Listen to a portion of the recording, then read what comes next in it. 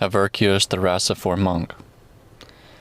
A rassophore is a monastic who wears a cassock and has affirmed his commitment to the monastic life.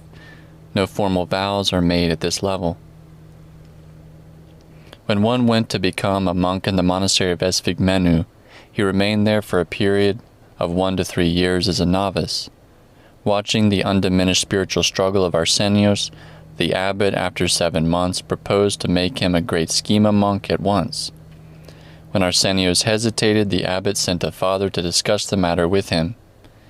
When he asked him why he did not want to become a great schema monk, Arenos answered, "I do not understand the implication of becoming a rassophore or a great schema monk. For me, the significance lies in making my inner self into a monk. It suffices for me to live like a monastic." After that discussion, however, he had a vision. He was in a church and could see all the monks proceeding from the beautiful gate and entering the sanctuary, where Christ was standing on the right. The monks bowed before him and then went to the holy PAISIOS, where they washed and thereafter departed upwards and disappeared into heaven. Holy PAISIOS is in the northern part of the sanctuary to the left of the altar, at which the liturgy of preparation occurs. It represents the cave of Bethlehem. Arenos understood that God had provided this vision in order to show him how very significant it is for one to be tonsured a monastic, because that is how he willingly offers himself to Christ and proceeds towards purification and unification with God. He mentioned the vision to the abbot and asked forgiveness from the father with whom he had spoken.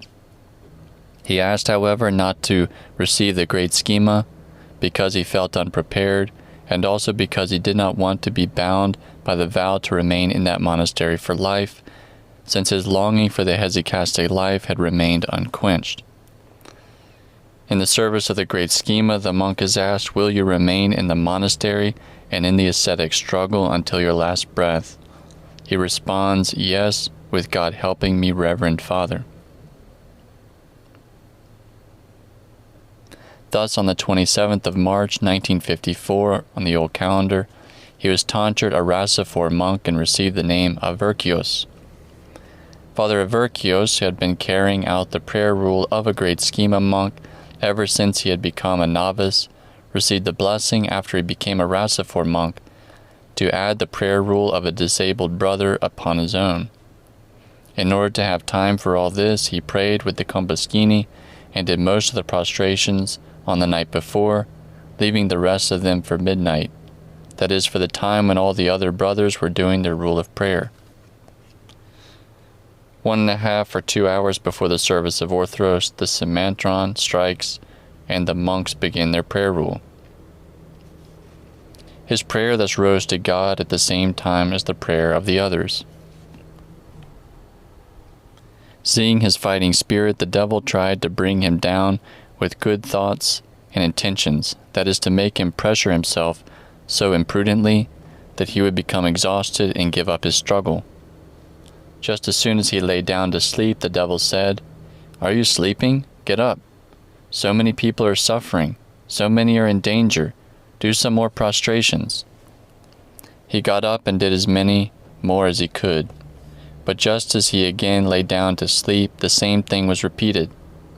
"So-and-so is sick. He is in urgent need. And you are sleeping? Get up. Do so many Comboschini." He again got up, and this continued all night. Finally, the tempter brought him to such a state of exhaustion that he said, "It would have been better to have broken my legs so that I could have an excuse not to do prostrations." He got to the point of seeing Comboschini and trembling. He later said, "I felt like Christ had me by the throat and was squeezing me to death. But it was not Christ, it was the devil. That anxiety was actually satanic, for Christ does not want us to suffer." In order to overcome the temptation and be freed from it, he asked the abbot for help. He advised him not to pressure himself, but to do with discernment whatever he could. For some time afterward, every time he felt agonizing pressure, he therefore told himself, "You can't do 300 prostrations. Then do only 200. You can't do 200, do 100. You can't do 100, do 50. You can't do even these, then do 3 prostrations to Christ and 1 to Panagia. These you can certainly do even if you were dead. He did the same thing with the number of Comboskinia, and he ended up doing only 1, dedicating 3 parts, that is 75 knots, to Christ, and 1 part, 25 knots, to Panagia. Thus his anxiety quickly went away. His heart was once again warmed, and he wanted out of Philotheou to do more. As a prudent fighter, however, he would put the brakes on himself in case the devil tried to push him over the edge again. Whenever he had the inclination to do something more than what had been appointed, he made the sign of the cross and said, "My Christ, you know what is in my heart," and he stopped there just to be sure, as he later said.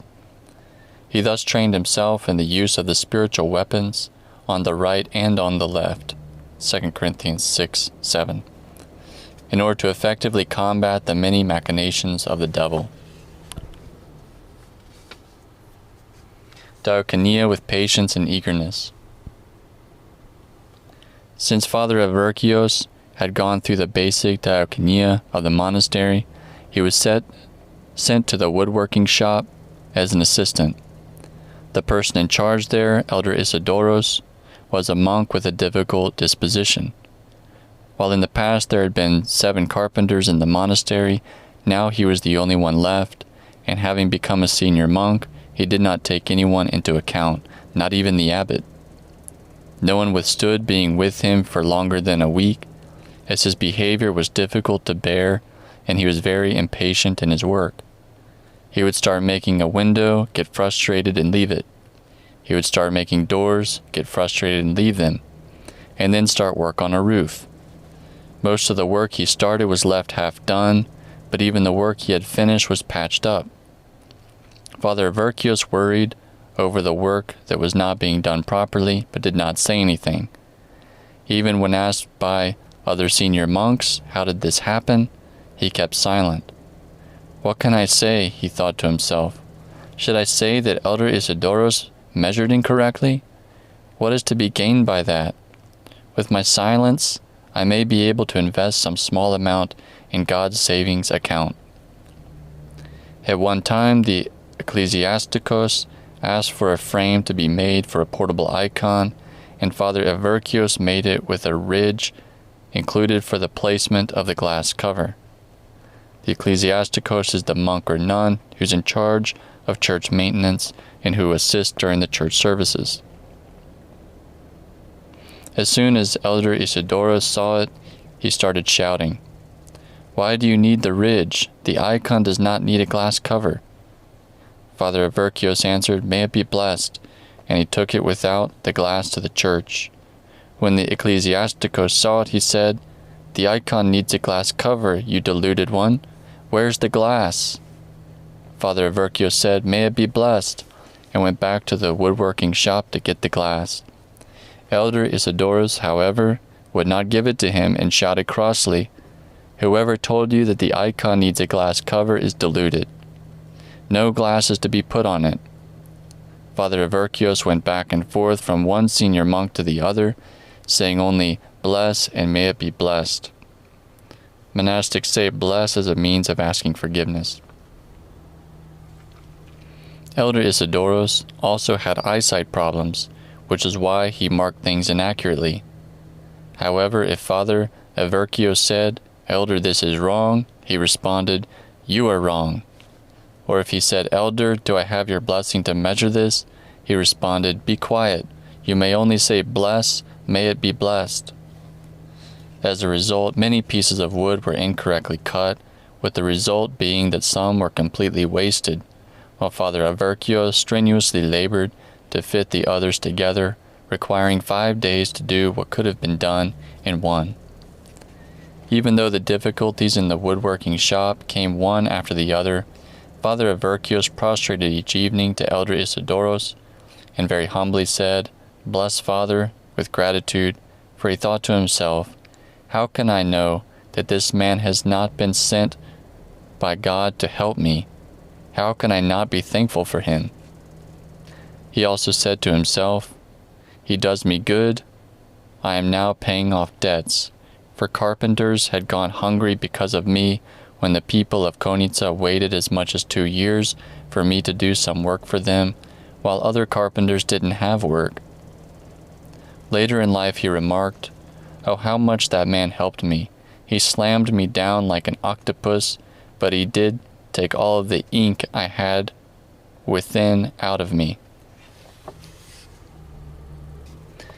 Even though Father Averkios was tired out by the woodworking shop, he took on the blessing to help with the chores of other monks who were older or prone to sickness. Oftentimes, after finishing his diaconia in the woodworking shop, he went to the refectory and washed dishes. From there, he would rush to help elsewhere. "The more I can work, the more the others will have some respite," he reasoned to himself. "Why should I not get tired? In the army, I risked my life trying to help others, and now am I to withdraw from doing the dishes and the sheets? There I ministered to other soldiers who were worldly men, and here should I not minister to the fathers?" Later in life he would also say, "How many chores I used to do then! I simply flew. I did one thing to give some respite to one person, I did another thing to give a break to yet another person. And doing it gave me the greatest respite and the greatest joy." Out of love, however, he tried to hide the great joy he felt, so that some sad monk would not see it and be made to feel even sadder. His spiritual sensitivity made him find ways to help others imperceptibly. Sometimes he went secretly at night and cleaned the toilets, and when in the morning the fathers asked who had done the work to step forward, Father Averkios gave the name of a brother who avoided work and who was for that reason often reprimanded by the senior monks. Thus the brother was thereby helped, because he could afterwards reason, "How will I answer to God for being commended for work I have not done?" Out of Philotheou, the brother tried thereafter to do something more. Father Averkios had also undertaken the care of 2 chapels, which were outside of the monastery. They were the farthest from the monastery, but he went every day to light the vigil oil lamps, to clean and to prepare whatever was needed for the divine liturgies. He was always careful with the sacred things, as he had inherited his devoutness from his pious mother. However, after one particular divine event, he approached the sanctuary, holy bima, with fear and trembling. The bima meaning a platform. The entire easternmost division of an Orthodox Christian church is the sanctuary or holy bima. The bima is the raised floor or platform upon which the main altar table, the side altar prothesis, where the bread and wine for the liturgy are prepared, the diaconicon, where liturgical books, relics, and vestments are kept, and the seats for the clergy are located. The platform extends into the nave from the sanctuary and is separated by an iconostasis. The area in the nave is called the solea with the ambon. Its space is reserved for the clergy, subdeacons, deacons, priests, and bishops.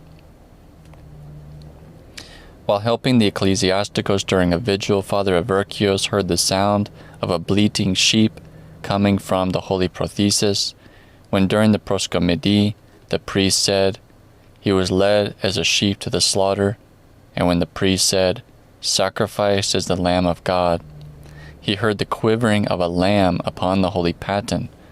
That experience, as he related later in life, shook him to his very core.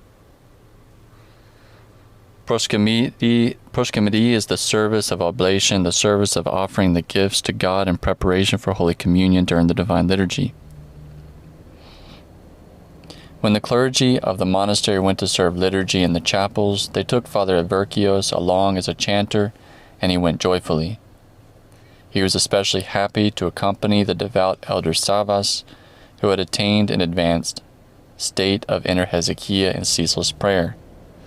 This elder Savas is mentioned in Athonite Fathers and Athonite Matters by St. PAISIOS. Although elder Savas had problems with his health and severe pain, He was always joyful and constantly said, "Glory to thee, O God." When Father Averkios asked him, "How is your health?" he answered, "Glory to God, very well. In comparison to the holy martyrs, I have not suffered, just as I have also not done anything in comparison to the holy fathers." There was also a special line of spiritual communication between Elder Savas and the devout Russian spiritual father Elder Tikhon, who lived ascetically in Kapsala and was invited a few times to Esphigmenu Monastery to confess the fathers. The life of Elder Tikhon is also mentioned in Athonite Fathers and Athonite Matters. When Father Averkios met him, he was so greatly impressed by his ascetic and incorporeal spiritual state of being that he asked his blessing for occasional consultations. He, however, said, "No, you must go to the abbot, for one living in a Cenobitic monastery should have a Cenobitic guide." Obedience even when blood is drawn. At the beginning of the summer of 1954, when Father Averkios had not yet completed a whole year in the monastery, he went through 24-hour periods with barely any rest at all. After working all day long in the woodworking shop, he went to haul water to the clinic of the monastery, and after apodipnon, he went to help in the arkandariki. It was there that visitors were served. However, they procrastinated over their meals. "We are used to eating at 10 o'clock at night," they said. Consequently, Father Averkios ended up going to his cell a little before midnight. He would elevate his feet for a quarter of an hour in order to give them a little rest from having stood all day, and then he would begin his prayer rule with the Kombaskini while standing with his feet immersed in a wash basin of water to help him stay awake. By the time he would complete the prayer rule, it was time for the service, leaving him between a mere half hour to an hour at most to lay down for a little rest. He would then go to the service and from there directly to the woodworking shop and start the same routine all over again. One day he left from the service after the reading of the 6 Psalms and went directly to the bakery because the night before he had been informed that he needed to make bread. After having kneaded a large portion of dough, he called the brothers to shape it into loaves, and he himself put them into the oven and took them out when they were done. Just as he was done, the Economos sent him to gather broad beans, after which he was called to hew some cypress trunks. The Economos, or steward, is one who manages the household of a monastery and looks after its financial affairs. As he was hewing the wood, he began to cough up blood from his respiratory tract. His eyesight faded, and he fainted. A layman who was there helped him recover and then accompanied him to the monastery. When the fathers saw him in that condition, they told him to go to the monastery clinic, but he went to his cell out of sensitivity, not wanting to impose himself upon the nursing attendant. The next day he went to the service and read the midnight prayers.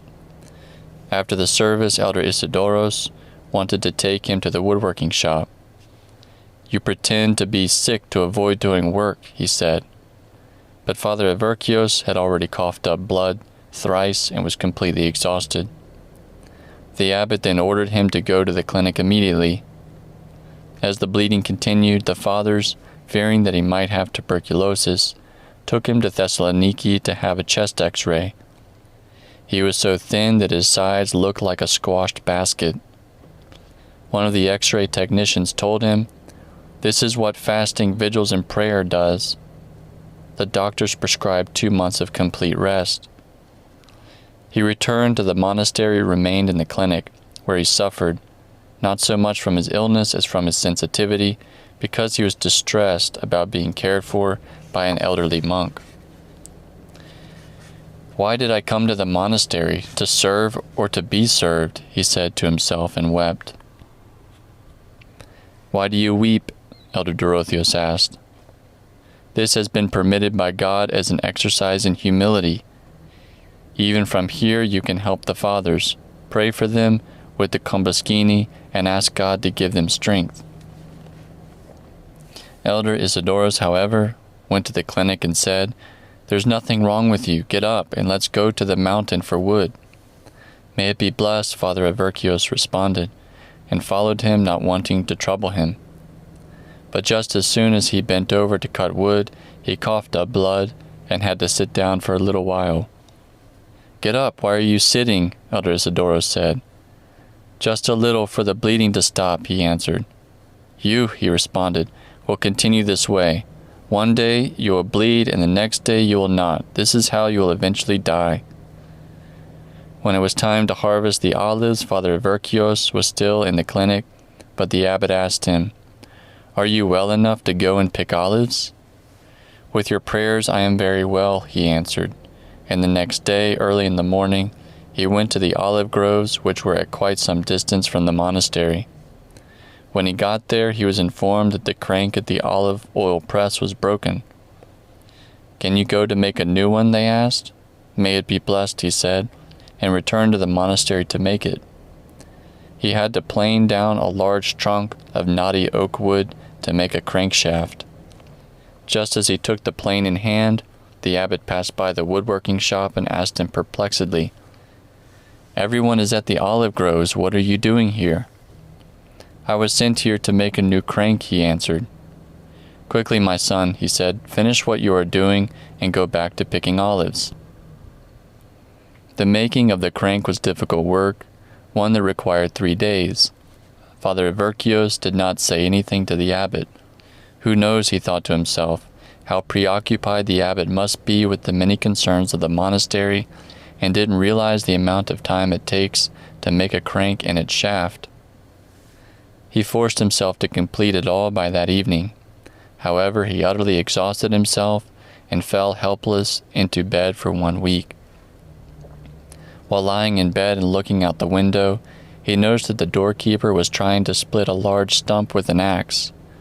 The doorkeeper was an elderly monk who constantly suffered from hemorrhaging and was so exhausted by the end of the day that he slept with his shoes on, not having the energy to untie and tie them.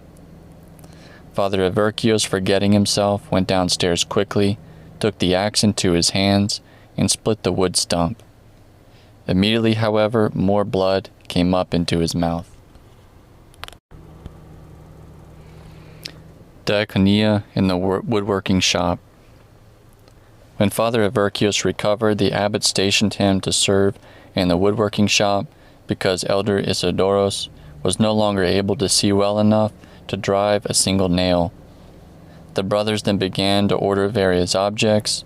One needed a stool, another a shelf, and another something else. Needless to say, he obliged their requests and immediately made what they needed. But when he mentioned it to the abbot, he reprimanded him. In the Cenobitic monastery, not having a blessing to do things just so that you can be looked upon as someone who is supposedly good is considered individualism. No one must ask you to do anything without my blessing. During his diaconia in the woodworking shop, Father Averkios moved about with spiritual freedom in regard to his scheduled work. For example, on a day when a vigil was scheduled, he worked many hours without rest. On the day after, however, and for as many days as the spiritual condition that had been generated in him by the vigil lasted, he did not go to the woodworking shop, but instead did spiritual work in his cell, study, praying, using his combuskini, and prostrations. Thus there were times that he worked in the woodworking shop for 15 hours a day, and times that he worked spiritually in his cell for 3 consecutive days. That was the type of spiritual freedom that pervaded the monastery of Esphigmenou. Each brother loved the monastery as his home, and also loved his work and his spiritual duties, and in accordance with his spiritual condition, was also able to fully utilize his time in a Philotheou-filled way.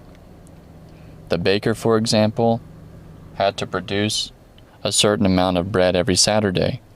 It was up to him to determine when he would sift the flour and when he would knead the dough.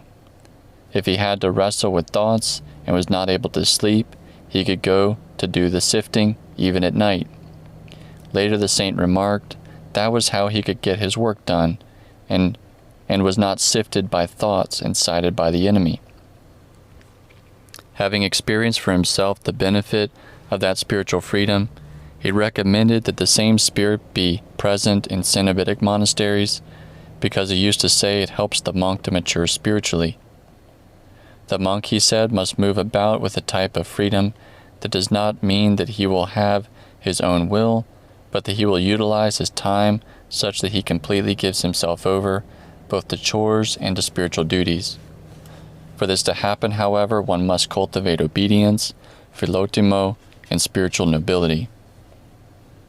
The heart of the monk must be aflame with the spirit of sacrifice. He must love the monastery even more than his home. Otherwise, he may fall into the habit of loafing about.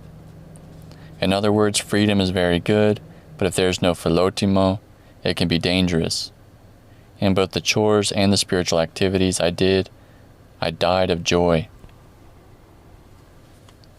An ascetic journey through the Cenobitic monastery.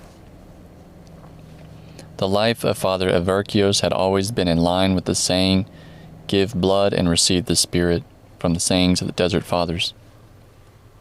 The divine zeal, which had been burning within him ever since his childhood years, and now there in the Cenobitic monastery, had begun to flare up. It motivated him to be ever more mindful as he continued the monastic rule which he had always maintained: fasting, vigils, prayer. He usually slept for 2 or 3 hours, not on a bed, but on a cement floor. In the army we slept in the snow, he mused. Here I have come to live an ascetic life, and while there is no snow here, there is, however, cement.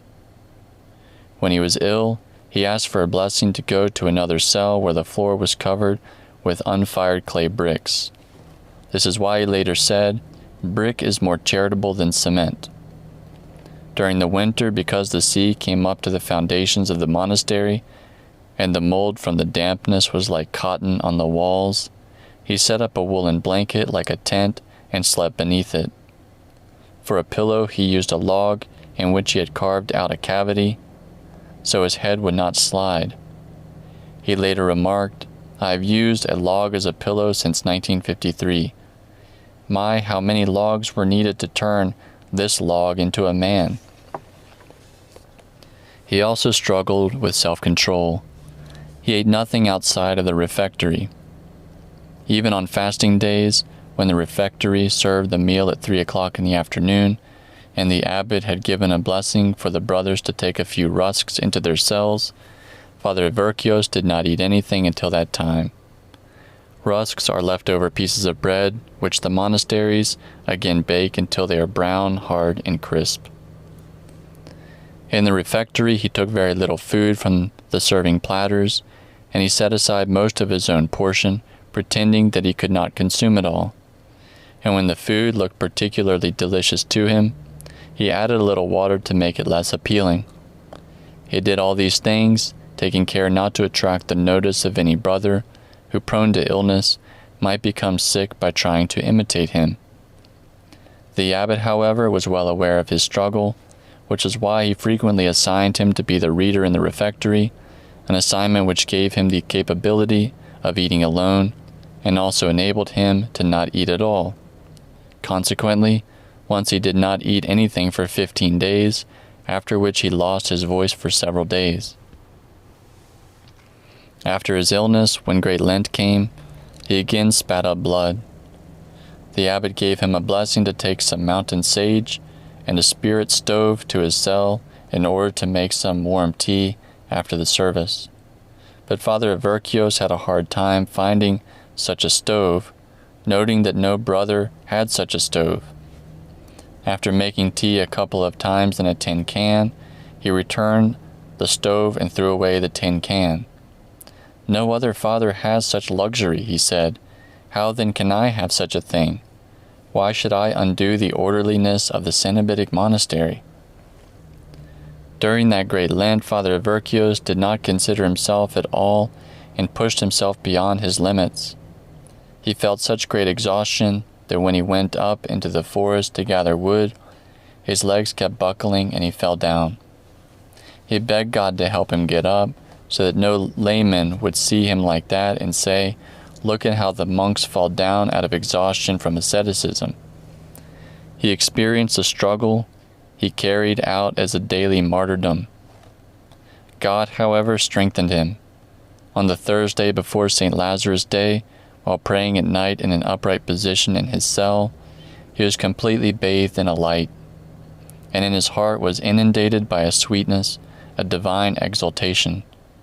His eyes became two faucets from which tears ran continually.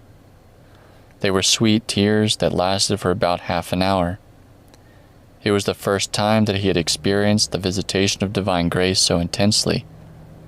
That event, that half hour, fortified him so much that it nurtured him spiritually for almost 10 years, until later on, in the desert of Sinai, other similar events followed, as he himself related.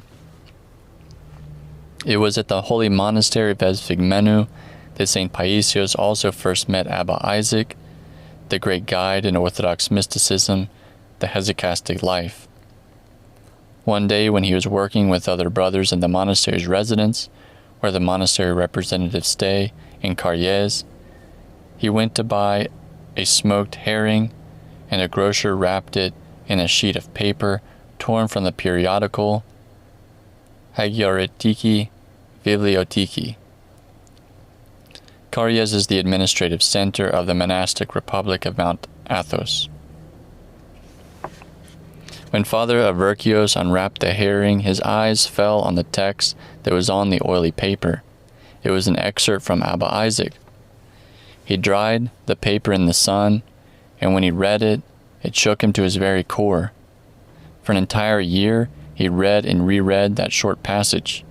He asked some father and learned that there was indeed a book by Abba Isaac, but when he asked to borrow it from the library, his request was refused. At that time, a meeting of the elders in the monastery of Esphigmenou was required in order to decide whether they should give the homilies of St. Isaac to a novice monk. Usually they did not recommend these writings to young monks, out of fear that they might become spiritually deluded and want to go into the desert before they were spiritually mature and ready for such an undertaking. St. PAISIOS later wrote that Abba Isaac himself, however, does not recommend that elementary school students should try to attend university, nor should those who have not yet graduated from high school. A quote from St. PAISIOS' epistles. Departure from the monastery of Esphigmenou. Although Father Averkios lived the Cenobitic life with exactitude, he continued to desire the university of the desert. He had revealed his desire to the abbot from the very first day, and the abbot had received him into the monastery until such time as he had grown the spiritual wings required for the flight into the blessed life of the desert. As a good disciple, however, he was not worried nor in a hurry. He understood that it was the hand of God that had placed him in that spiritual gymnasium. Thus he struggled, being fervent in spirit, serving the Lord, patient in tribulation. Romans 12:11-12. Without having any plans or programs of his own. He had allowed God to put his own divine plan into effect while he himself was ready to obey. One day something occurred which became the reason for his departure from the monastery of Esphigmenou. He was overseeing some workers who were tearing down a section of an old building at the wharf of the monastery. When he ascertained that they should tear down more than what had been previously decided upon, he informed the senior monks, who gave their blessing to carry on. The workers, however, were against the decision. "We made the scaffolding for up to this point," they said, and one agitated worker struck the crumbling wall with his fist. A hole then opened up, and to the surprise of all, a glove with lyres spilling out of it fell out of the hole. The worker began putting the lyres into his pocket. "Do you understand?" said Father Averkios. "If you had obeyed, I would have left you, and you would have found the lyre by yourself. Now leave everything as it is, and we will go and make our report to the abbot." They reported the event to the abbot, who suggested that an investigation be made to find the owner of the money in order to return it. Some fathers, however, said that it was not necessary to investigate and to keep the liars in the monastery. They asked Father Averkios to agree with them, but he did not. The event troubled him greatly, but it also became the reason for the spark from his ever-burning desire for the ascetic life of the desert to become such a blazing fire that nothing could hold him back. He immediately asked for a blessing to leave the monastery. The abbot said, "You have my blessing, but we will first call a meeting of the elders and see what they say." Father Averkios responded, "Abbot, all the elders want me to stay. They will not give me a blessing to leave. Your blessing is sufficient for me." With the blessing of the abbot, he left that same day, without knowing where he was headed. He had thought of going to Elder Tikhon, but Father Savas did not allow him, fearing that the elders might think that he had interceded for Father Tikhon to receive him. He started out on an afternoon, walking in freezing sleet, toward an unknown destination. He walked all night. His shoes were soaked, his hat became discolored, so the streaks of black were running down his face, while blood was running from his mouth. At daybreak he saw a monastery. It was the monastery of Atopedi, which is a 3-hour walk from the monastery of Esphigmenou. Yet he had walked all night. He skirted around it and continued toward Karyes. He finally arrived at the monastery of Kutlomusiu. There he sought a monk who had received hospitality at Esphigmenou for a while and asked him if a spiritual father lived nearby. The monk told him about Father Kyrillos at the skete of Kutlomusiu, and Father Averkios breathed a sigh of relief because he was not unknown to him. Father Kyrillos was actually the first monk he had met on the ferry during the first visit to the Holy Mountain, and he had made a great impression on him. He went to Father Kyrillos with the intention of staying near him, but did not stay for longer than a month. The representative of Esphigmenou Monastery, upon hearing that Father Averkios had left the monastery, went directly to Father Kyrillos and made a stir, claiming that he had left without a blessing, when in fact Father Averkios had received the blessing of the abbot. The representative, the 20 monks, one from each of the Athonite monastery, who constitute the highest administrative body of the Holy Mountain, which is located in Karyes. The discerning Father Kyrillos then said to Father Averkios, "My son, the representative is not going to leave us in peace. Go back to the monastery and tell them that you want to go to an idiorhythmic monastery. Do you know any senior monk in an idiorhythmic monastery?" Father Averkios responded that a relative of his, Father Simeon, was at the monastery of Philotheou. Father Kyrillos advised him to go there. "There you can live ascetically and inconspicuously. I will look after you and help you from here." He therefore returned to the monastery of Esphigmenou, stayed for about a month, and was then given a blessing to go to the idiorhythmic monastery of Philotheou. A short while before his repose, Father PAISIOS had related, "What I have come to understand is that if one struggles properly, he can succeed in what he desires no matter where he is, in the Cenobitic monastery, in the idiorhythmic monastery, or even in a Kalevi. If one takes advantage of the opportunities provided by a Cenobitic monastery, they suffice to make spiritual progress." Chapter 6, at the Holy Monastery of Philotheou. At the idiorhythmic monastery. Father Averkios settled into the Holy Monastery of Philotheou, zealous for even greater spiritual struggles. As in all idiorhythmic monasteries, there was no abbot in this monastery, and it was administered by a council of senior monks. Each senior monk undertook the guidance of a few disciples who lived in close proximity to his cell. He monitored their struggle and became the sponsor at their tonsure. Father Averkios asked Father Simeon to assume responsibility for him, but he could not because there was no empty cell near his. Instead, Elder Spiridon, the monastery's Dokiaris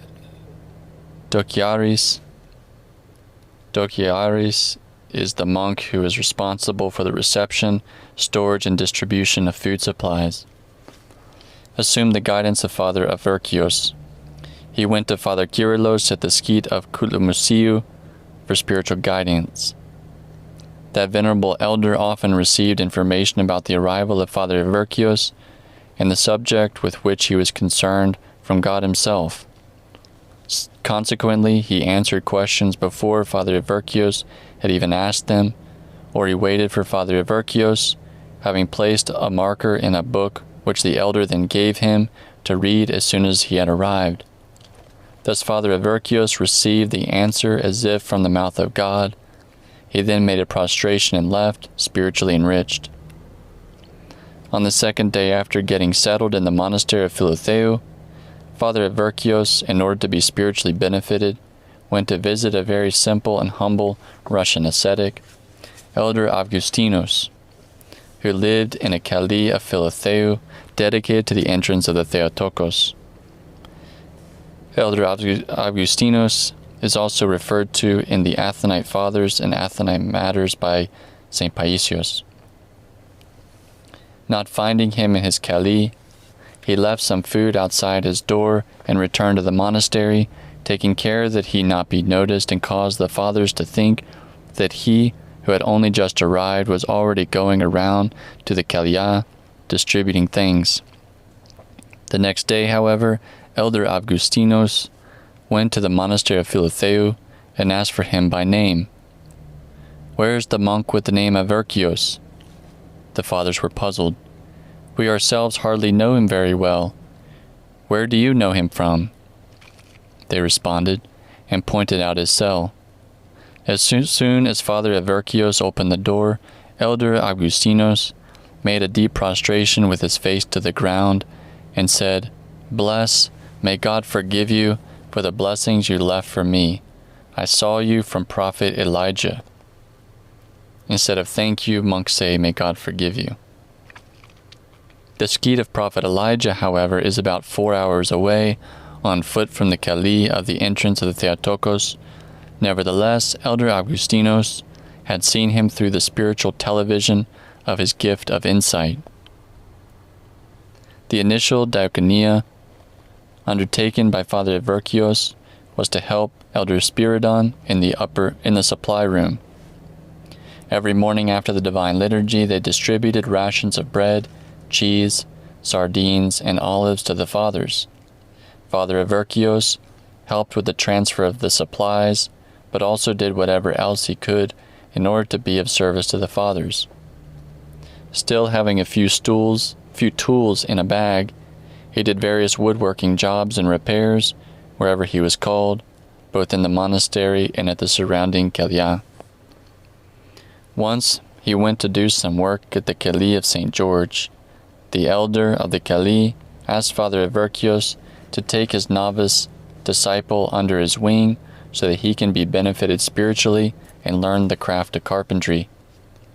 At that time, the novice was struggling with carnal thoughts, so one day he asked his elder, "Yerunda, do I have your blessing to talk with Father Averkios?" "Yes, talk with him. He too is a young man and will be able to help you," he said. For as long as the novice talked, Father Averkios listened to him with his head bowed. Then he looked at him and asked, "Are you now well?" "With the help of Panagia and of St. George, I am now very well," he answered. Then Father Averkios told him, "You should know one thing. Where the devil sows, Christ harvests. The devil sowed all those things in you, and Christ harvested them." As the conversation continued, he spoke humbly about himself. "As the train engine pulls the freight cars along behind it, so too do I pull my sins along behind me." When he finished the job, the elder of the Kalevi wanted to give him a few eggs as a blessing, but Father Averkios did not want to take them. "Well, Father Georgios, that would be like you paying me," he said. "I am not paying you, I am giving you a blessing. Will you not take the blessing of St. George?" he asked, troubled. Not wanting to grieve him, he agreed to take something, and so he picked a few green beans from their garden. Father Averkios gave himself over to greater asceticism at Philotheou monastery. However, as strict as he was with himself, he was all the more loving towards others. One night in June of 1956, a young man received hospitality in the monastery, and in the morning, without having eaten, he prepared himself to leave. Suddenly Father Averkios appeared before him and asked him, "Do you want a little milk?" And he offered him some milk and a rusk. The ascetic appearance of the unknown monk and the way the monk had spoken to him made an impression on the young man. At around that time, a bishop of the Patriarchate of Jerusalem also visited the monastery, seeking monks for the Holy Land. The fathers had gathered in the monastery's sitting room, where he asked them if there was anyone who could go and serve the shrines there. Father Averkios was ready to offer himself then, but Elder Evdokimos, one of the superiors who loved him very much, held him back, saying, "Where are you going? If you go there, you will die." "That's also what I want, to go there to die," he answered. Ill at Konitsa. In the rather damp climate at Philotheou monastery, Father Averkios quickly became ill again. He had fevers and was coughing up blood. The doctor recommended streptomycin injections and a 3-month therapy plan in a dry climate. Father Simeon advised him to carry out his therapy in Konitsa. With the blessing of the monastery, he went to his hometown, Konitsa. Arriving there, he did not stay in his paternal home, but in the countryside chapel of St. Barbara. There, a devout woman of Konitsa, Katie, or Eriketi, Patera, found Father Averkios, whom she had known since he was a child.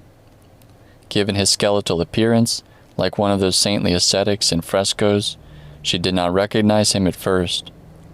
He explained that he was in Konitsa for therapy, and that as a monk he could not stay in his own home, because a monk must live in exile, with a sense of detachment.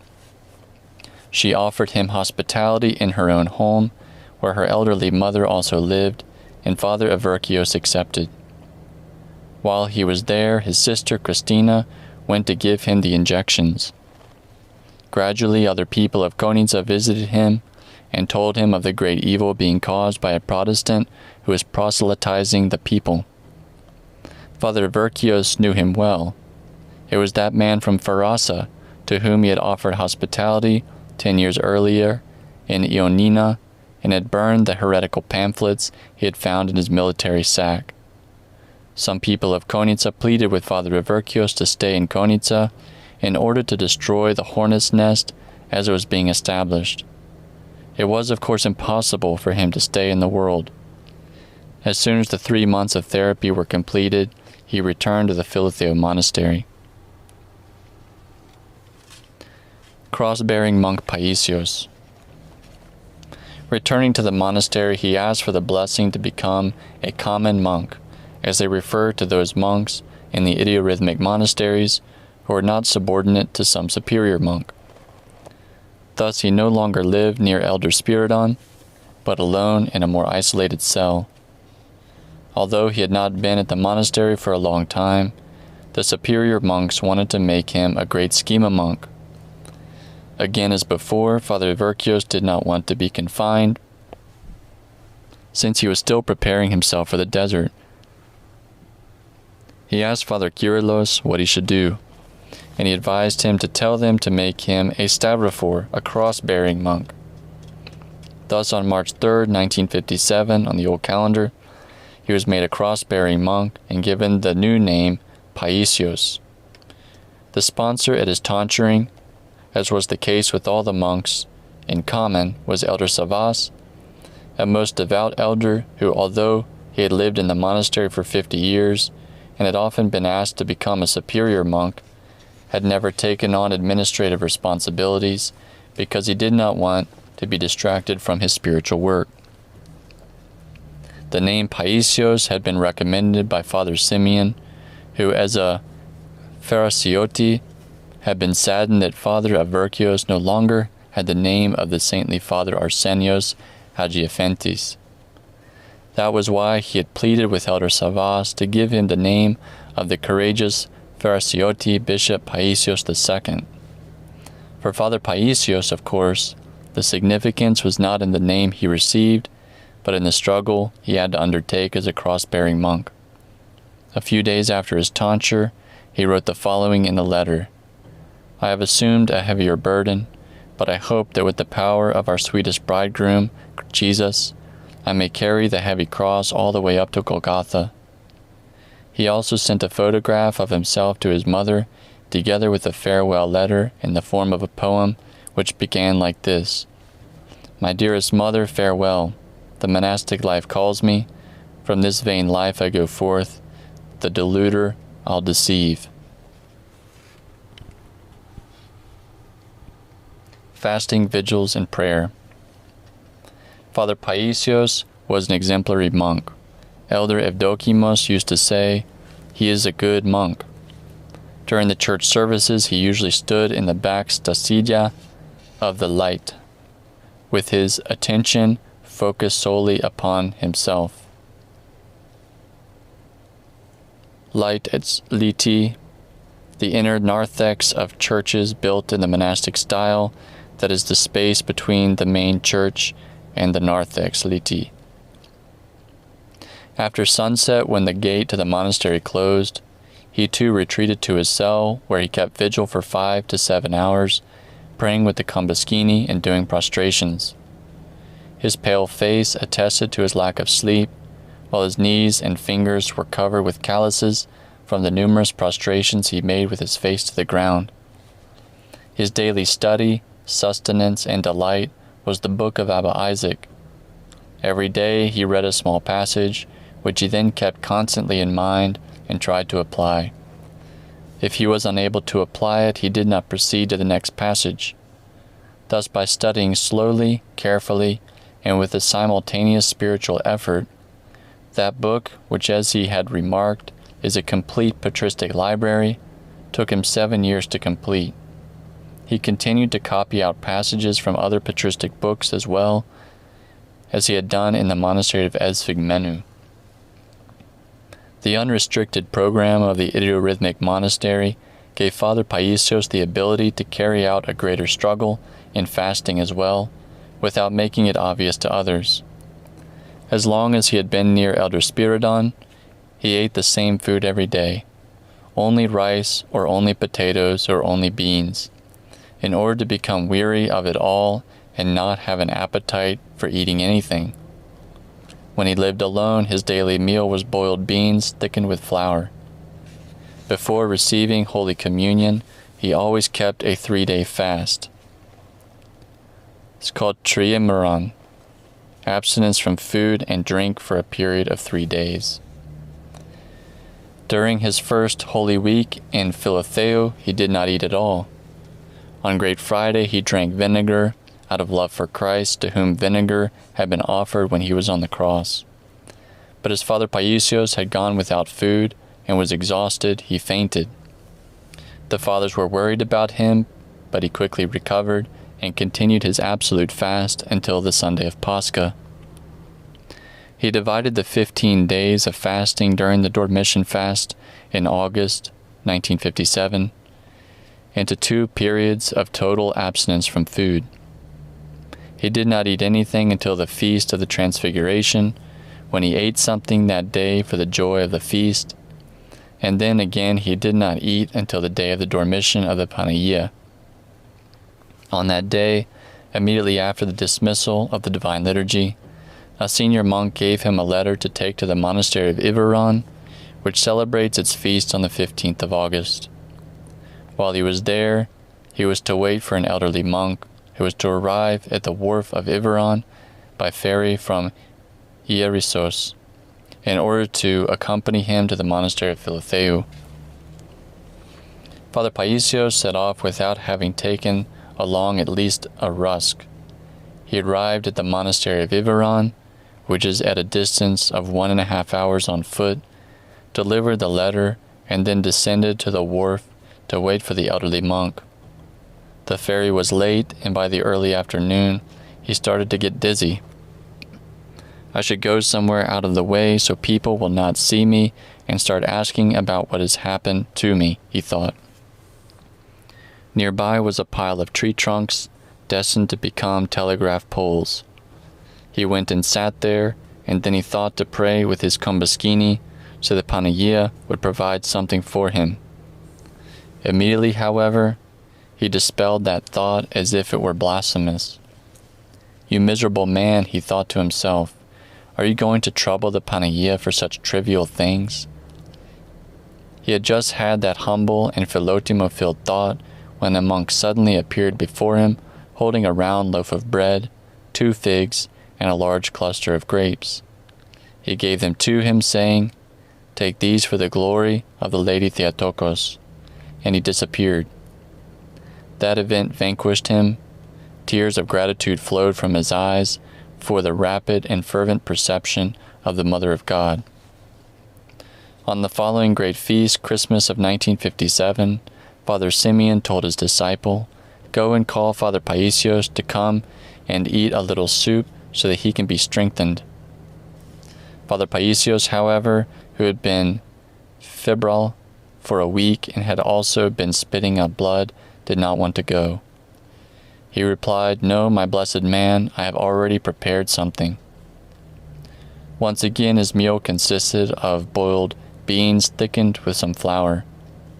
To justify himself, he said, "I have a stomach ache, and I am eating this to recover. I cannot eat anything else." Indeed, not even the most abundant laid dinner table could ever possibly provide the satisfaction that the ascetic food gave Father PAISIOS. Attacks by the evil one. As the saint increased his struggles, the devil also increased his attacks. The temptations Father PAISIOS had were so intense that when he heard that the most devout abbot of Constantinople monastery, Father Philotheou, had sadly remarked, "Not a single temptation today, an abandonment from God," he also remarked, "I can gladly give him some of mine." After that, he would address the temptation itself and say, "If you are so strong and brave, then go to Father Philotheou. Don't come to me, the easy target." For a period of time, the devil attacked him with blasphemous thoughts, even at the time of prayer. Father PAISIOS, very troubled, went directly to the spiritual father, Elder Anthimos, who lived in Philotheou monastery, and confessed them with contrition. Being an experienced spiritual father, Elder Anthimos advised him, "Do not be troubled, these thoughts are the devil's. From the instant a man is troubled by the thoughts that go through his mind over the sacred things, it is a proof that they are not his own, but come from the outside." Yet Father PAISIOS still could not be eased. When such thoughts went through his mind at the time of the service, he went directly to the chapel of the Honorable John the Forerunner that was in the Catholicon, and then he reverenced the icon of the saint, and he sensed the presence of a fragrance. He returned to his seat strengthened, and as soon as another such thought came again, he returned to the chapel, and once again the icon of St. John the Baptist was fragrant. This occurred many times. Once, however, something happened that made him realize that these thoughts were indeed demonic warfare. During the Divine Liturgy at the thrice holy hymn, when he too was chanting softly, "The Holy God," he suddenly saw a large beast with a dog's head, breathing fire out of its mouth and eyes, entering through the door of the laity. The beast turned towards his direction and made 2 disgraceful gestures. Father PAISIOS looked to his side to see if anyone else saw what he saw, but no one else had seen it. When this was confessed to Father Anthimos, he said, "There, you've seen him. That's who he is. Have you calmed down now?" One night he felt a temptation like a woman's breath in his ear. He was greatly troubled and immediately got up, lit the lamp, and started chanting. That seemed the best way to create a counter-distraction against the devil. In the morning he went and confessed to Father Simeon, who told him, "With all the asceticism you are doing, such a temptation is not justified.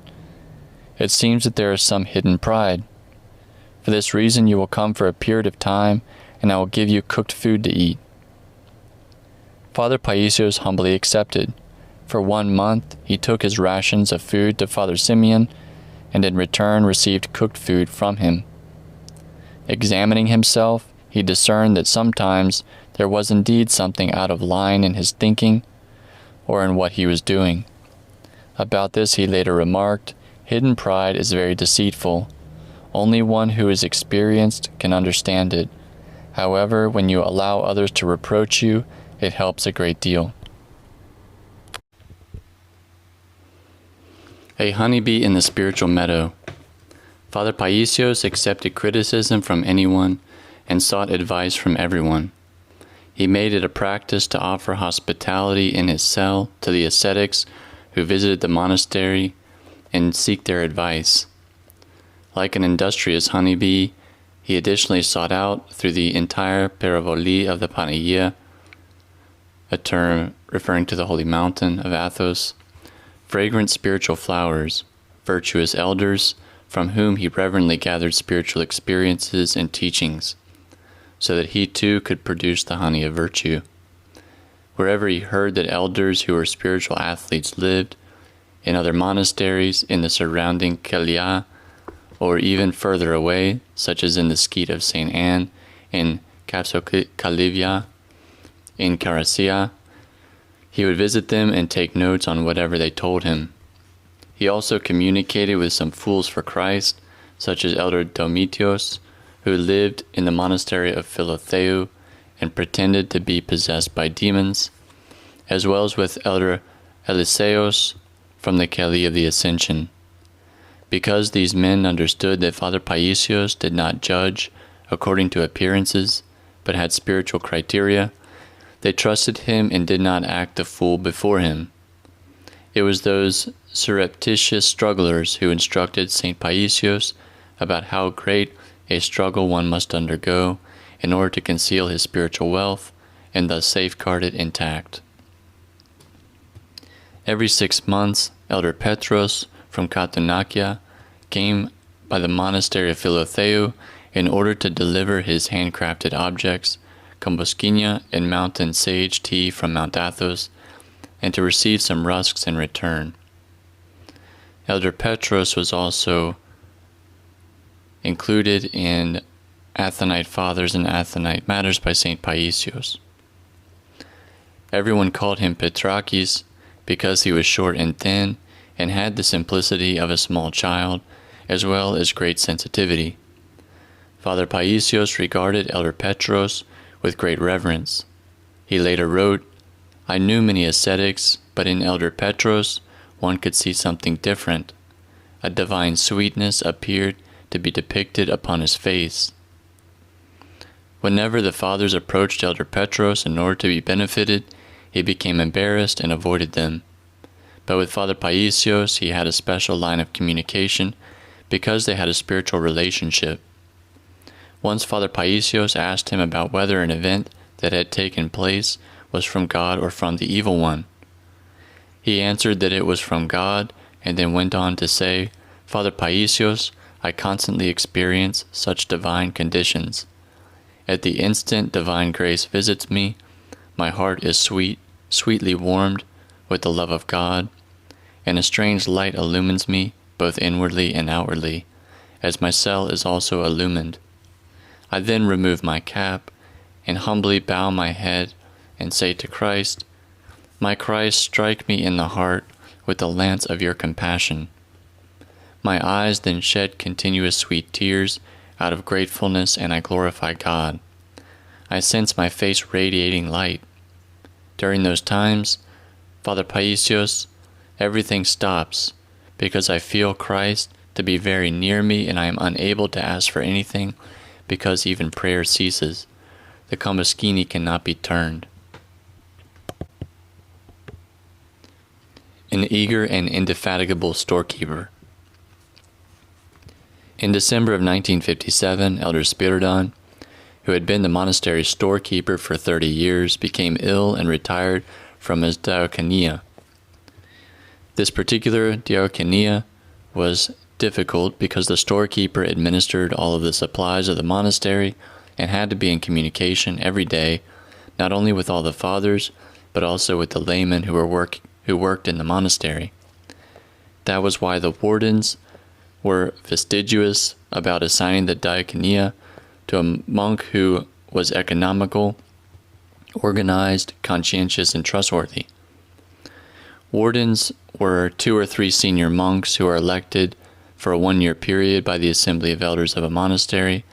They execute its decisions and, together with the abbot, fulfill all the administrative matters of the monastery. It was usually assigned to monks who were supervisors, so some fathers wanted to assume responsibility for the diaconia with the idea that it was a means of becoming a warden of the monastery. The wardens, however, considered the most appropriate person for the diaconia to be Father PAISIOS, who until then had been helping Elder Spiridon. At first he did not want to accept the responsibility, but he finally, through the practice of obedience, relented. Father Simeon remarked, "That PAISIOS has lost his mind." As soon as he came, we honored him by giving him the diaconia of a supervising monk, and yet he does not want it. Father PAISIOS, however, considered honors and offices to be hollow things. He always kept the deeper meaning of life before him, and as a monk, he never wavered from his goal. In the stockroom, he always kept an oil vigil lamp burning before the icon of the Panagia, and he worked indefatigably, saying the Jesus prayer without ceasing. Physical tiredness never concerned him at all. He was only concerned with being in a constant spiritual atmosphere of nepsis and prayer. That was why he did not agree to having some layman as a helper, as the wardens had recommended. When he assumed the diaconia, and the stockrooms were in bad shape because Elder Spiridon had not been able to take care of them during the last few years due to his illness. Father PAISIOS took all the useless things out into the yard by himself, and then loaded them onto mules to dispose of them far from the monastery. Even though that task went on for weeks, he did not accept any help from some workers who were to have been paid by the monastery. The same thing happened on Clean Monday of 1958. When a boat arrived at the wharf with olive oil 15 days earlier than it had been expected. Even though a great deal of snow had fallen during those days, Father PAISIOS preferred to transport and store all the olive oil, which amounted to 3,500 okades, by himself.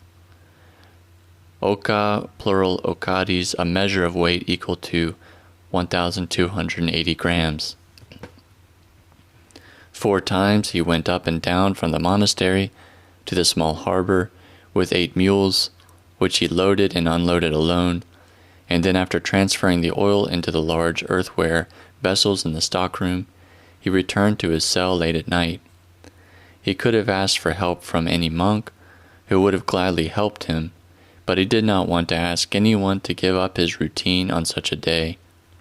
He himself was glad to become overtired, while others kept to their schedule, because he had known the joy of sacrifice from a young age. As the storekeeper, he was peaceful and full of goodness. He received the fathers with a smile and asked them politely, "What may I give you? Is anything else that I can give you? Do you need something for your elder?" When he distributed the food supplies, one felt that he was receiving Anderon from his hands. Even when he was in his cell, and they had gone there to ask for something, he eagerly ran to bring it. The supervisors commented, "We have found the man we wanted." Even the lay people remarked, "He is very good and compassionate." Spiritual and material charity. Father PAISIOS treated the suffering folk who came daily to the monastery to ask for charity with particular kindness. He gave them whatever he could, even the groceries that had been rationed out to him, as well as the money he received, since monks were paid for their diaconia in idiorhythmic monasteries. He was dismayed, however, because he could not offer them something more. His sorrow, which was accompanied with prayer, was the greatest charity he could give, because it was how he provided charity with the blood of his heart. Due to certain circumstances that took place in his life at that time, Father PAISIOS experienced the providence God bestows upon the merciful and charitable person. Having lost his alarm clock, he bought himself a new one when he went to Thessaloniki for monastery matters. Later during that same outing, while he was visiting a poor family from Farasa, he gave it to the daughter who wanted to become a nun, thinking that she would need it. In Arenos, as he was preparing to return to the Holy Mountain, he met a bishop from Serbia. This is the subsequent Patriarch of Serbia, Paul, 1990 to 2009, who, accompanied by 80 clergy and laymen, was waiting for the ferry to take them all to Voluntary monastery. They are foreigners, he thought. Let me offer them a treat. He paid for the treat and was left with only enough money to purchase tickets for Orinopolis and Daphne. From there, because he did not have enough money to pay for a muleteer, he would have had to go a distance of 4 hours on foot to Philotheou, carting the things he had purchased for the monastery. Just as he arrived in Daphne, however, he ran into the representative of the monastery, who related, "The muleteer dropped me off just now. Hurry and you can catch up to him, since you have so many things to carry." Then when he returned to the monastery, a father told him, "I found your clock."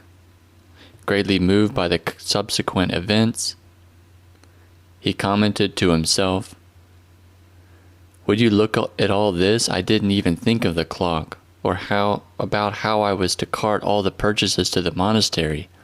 Yet look at how God arranged it all." Another time, when he was again in Thessaloniki, a woman who looked like a gypsy approached him and asked him for money for her children, because, as she claimed, her husband was ill. Father PAISIOS felt sorry for her and gave her the 500 drachmas he had with him at that time. The drachma was the unit of money in Greece, at that time replaced in 2002 by the euro. "Forgive me," he said, "this is all I have. I am giving you my address on the Holy Mountain, and if you want, write to me and tell me how your husband is doing, and I'll try to send you more money from there." The great love that he evinced with such pain and concern transformed the heart of the gypsy woman. After a period of time, she returned the 500 drachmas with a note that said, "I thank you for your kindness and am returning the money you gave me." Father PAISIOS had become entirely a man of goodness, because his asceticism was not a dry external discipline, but rather a Philotheou-filled struggle aimed at purifying his heart so that he could offer it clean and shiny to God, as well as to man, the image of God. In the monastery, he avoided making many contacts and unnecessary talk, but he was always ready to help anyone in need. After all, most of the fathers were elderly and they needed help. Thus, every time he gave flour to the baker, he offered to help him with the kneading. He also helped the sickly Arkantariki monk to wash the sheets. Washing sheets in rural parts of Greece during the 1950s required placing them in cauldrons, heating water until the boiling point over wood fires, and pouring the hot water plus ash lye for whitening them over the sheets again and again. The process took several hours, after which the sheets were hung out to dry on hedges in fine weather, or on clotheslines in heated rooms in inclement weather. Plus, he often went to the elder Spiridon, who had become bedridden, and called out to any monk passing by his cell, "Come in and pray for me with the Combuskini." And while most avoided going to by his cell, Father PAISIOS went and willingly did the Combuskini prayers elder Spiridon asked of him. During the summer, he hauled cold water from a spring outside the monastery for some of the fathers. During the winter, while he himself did not light a fire in his cell, not even when he was sick, he hauled in firewood for the others. He also often went to the archandariki of the nearby monastery of Karakailu, where he helped a young novice monk who was very simple and lacked monastic training. They did the heavy chores together, and Father PAISIOS always advised him, "Have patience, patience, patience." He also advised him not to neglect his prayer rule, to be obedient to all the brothers, and to confess all his deeds and thoughts to the abbot. "If you become very tired at your diaconia," he told him, "go and talk to the abbot like this: 'Bless, abbot, I am having difficulty getting the work done, and if you do any damage, report it. Abbot, bless, I made a mistake and damaged this.'" These practical instructions strengthened the novice and were a great help to him in his struggle in the Cenobitic monastery. Father PAISIOS, therefore, while still a young monk, could advise others. The few years he had had in the monastic life had been full of spiritual struggles. Those struggles, paralleled by the close observation of experienced fathers, had given him spiritual experience and the ability to speak with the prudence of an elder. While he himself melted away like a long candle from his unrestrained asceticism, his advice to others was balanced on the scale of discernment. A young man told him, "Father PAISIOS, I want to become a monk, but I think it will be difficult for me because I eat and sleep a lot." "You must do what you can," Father PAISIOS answered. "No one will ask you for anything more. According to each monk's own strengths, an elder will determine how much fasting, how much vigil, and how much prayer he will do. If you try to do more than you can, you will become foolish. But if you start slowly doing all you can do, God will help you. Your strengths will increase and your struggle will become greater and greater. If, for example, you manage to stay awake in your first vigil for 2 hours, in the next one you will manage 2.5 hours, and in the next 3 hours. Besides giving spiritual help and advice, Father PAISIOS also helped through prayer, asking, like a Philotheou-filled child of God, for help from his Heavenly Father. Often, while keeping a vigil in his cell, he became aware of people arriving late at the closed gate of the monastery. He would then lower a little basket with food from the window, so they would not remain hungry during the night. One night, a troubled man who was possessed by a demon arrived outside the monastery. Father PAISIOS heard him shouting and knocked on the door and lowered a basket with a little food for him. But the man kept on knocking all night long and did not quiet down at all. Since Father PAISIOS could hear him from his cell, he prayed, his heart full of pain for him. "My God, this is all I can do. I'm not worthy to ask you to help your creature. Is it not a shame for him to be troubled because of me?" He believed that if he himself was a true man of God, God would grant his miracle, as Abba Isaac also says, if we submit ourselves to God while beseeching him humbly, with perseverance in unceasing desire, we shall certainly receive all in Christ Jesus our Lord. And indeed that is what happened. In the morning when the door of the monastery was opened, that man, having been released from the demon, entered. He went to venerate in the church and glorified God for the miracle of healing that had happened to him. The event strengthened the faith of Father PAISIOS, as well as his yearning for greater spiritual struggles. You shall go to the monastery of Stomion. From the time Father PAISIOS had first gone to the monastery of Philotheou, each time he went to the wharf of Iveron, he also went to the Iveron monastery to reverence the miraculous icon of Panagia Portetissa, and each time he also beseeched her to fulfill his desire to go to the desert. The holy monastery of Philotheou was served also by the wharf of the holy monastery of Iveron.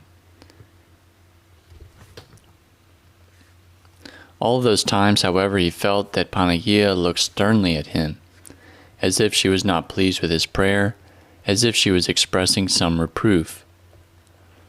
One day during Great Lent of 1958, while sitting on a rock at the harbor, he was again praying tearfully, "My Christ, grant that I go to a dry islet, to be alone, undistracted." A passing boatman stopped and spoke to him. As they talked, he said that he knew of an uninhabited islet that had a little water. When Father PAISIOS heard that, he was so enthused that he immediately said to him, "I want you to take me and leave me there, but I don't have money to pay you. As payment, I can give you some woodworking tools." They agreed to meet on a specific day and hour after Pascha. On that day, he went down to the harbor and waited for the boatman until sunset, but he did not appear. Sad, he returned to the monastery. He later remarked, however, "It was the providence of God that I did not go there, for I was still inexperienced and would have suffered great harm. The demons would have annihilated me." After that, he thought of leading an ascetic life near Elder Petros at Katonakia. And even though the elders at Philotheou did not agree, Father PAISIOS had asked him to receive him as his disciple. Before he could leave, however, one day, upon returning to the monastery from some work assignment, he found Elder Petros outside the gate of the monastery. He had been waiting for him for 4 hours. He took him to his cell to offer him some hospitality, but Elder Petros only asked for a little hot water, into which he put 2 twigs of mountain sage tea. At Father PAISIOS' insistence that he eat something, Elder Petros said, "Father PAISIOS, forgive me. I want to prepare to receive Holy Communion on the feast of St. Petros the Athonite on June 12th. I came to bid you farewell, and for us to forgive each other, for I will soon die, which is why I cannot receive you as a disciple. Forgive me, for I will soon die." Father PAISIOS wondered at how he, while in good health, could say that he would soon die.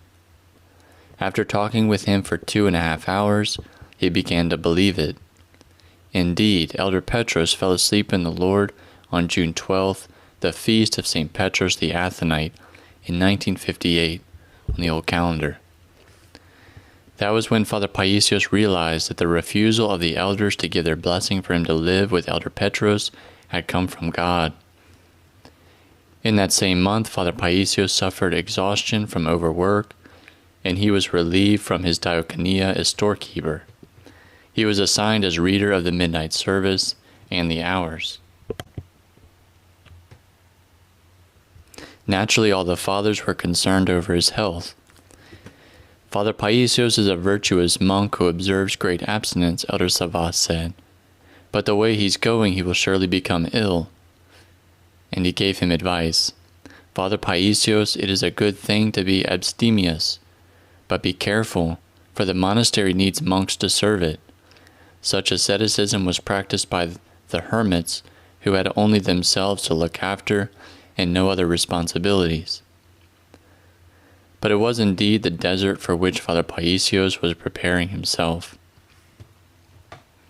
After the falling asleep of Elder Petros, Father PAISIOS asked Elder Varlam, who was living ascetically in Vigla, to take him on as a disciple, but he had already taken one and did not want a second. He advised him, in fact, to find an elder who had no disciple, so he could lead the hesychastic life unhindered.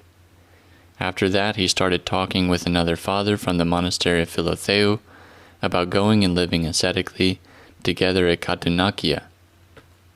Their plans were thwarted by a dream they both had on the same night.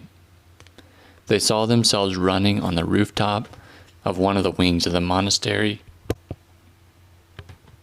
and as they were about to jump off the monastery roof, a woman in black pulled them back, saying, "There is a cliff there, you will be killed." They awoke immediately and sought each other, confirming that they had both seen the same dream. They waited for the call to services and went directly to Father Anthimos, who upon hearing of their dream responded, "It was the Panagia who did not allow you to leave the monastery because you are not yet ready to go to the desert." After a few days, the following happened. One night, as Father PAISIOS was keeping his usual vigil, he lay down to keep sleep at about 11. He woke with the Simantron at 1:30 after midnight, but as he tried to rise, an invisible power held him motionless. He could think and pray, but he could not move at all. He remained nailed down, as it were, until 12 noon, and while in that condition he saw before him, as if on a television screen, Katunaki on one side and the holy monastery of Stomion in Konitsa on the other side. Yearning, he turned to Katunakia.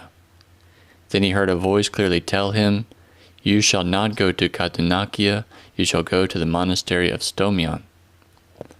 It was the voice of Panagia, and Father PAISIOS asked with a pained sadness, "My Panagia, I have been asking you for the desert.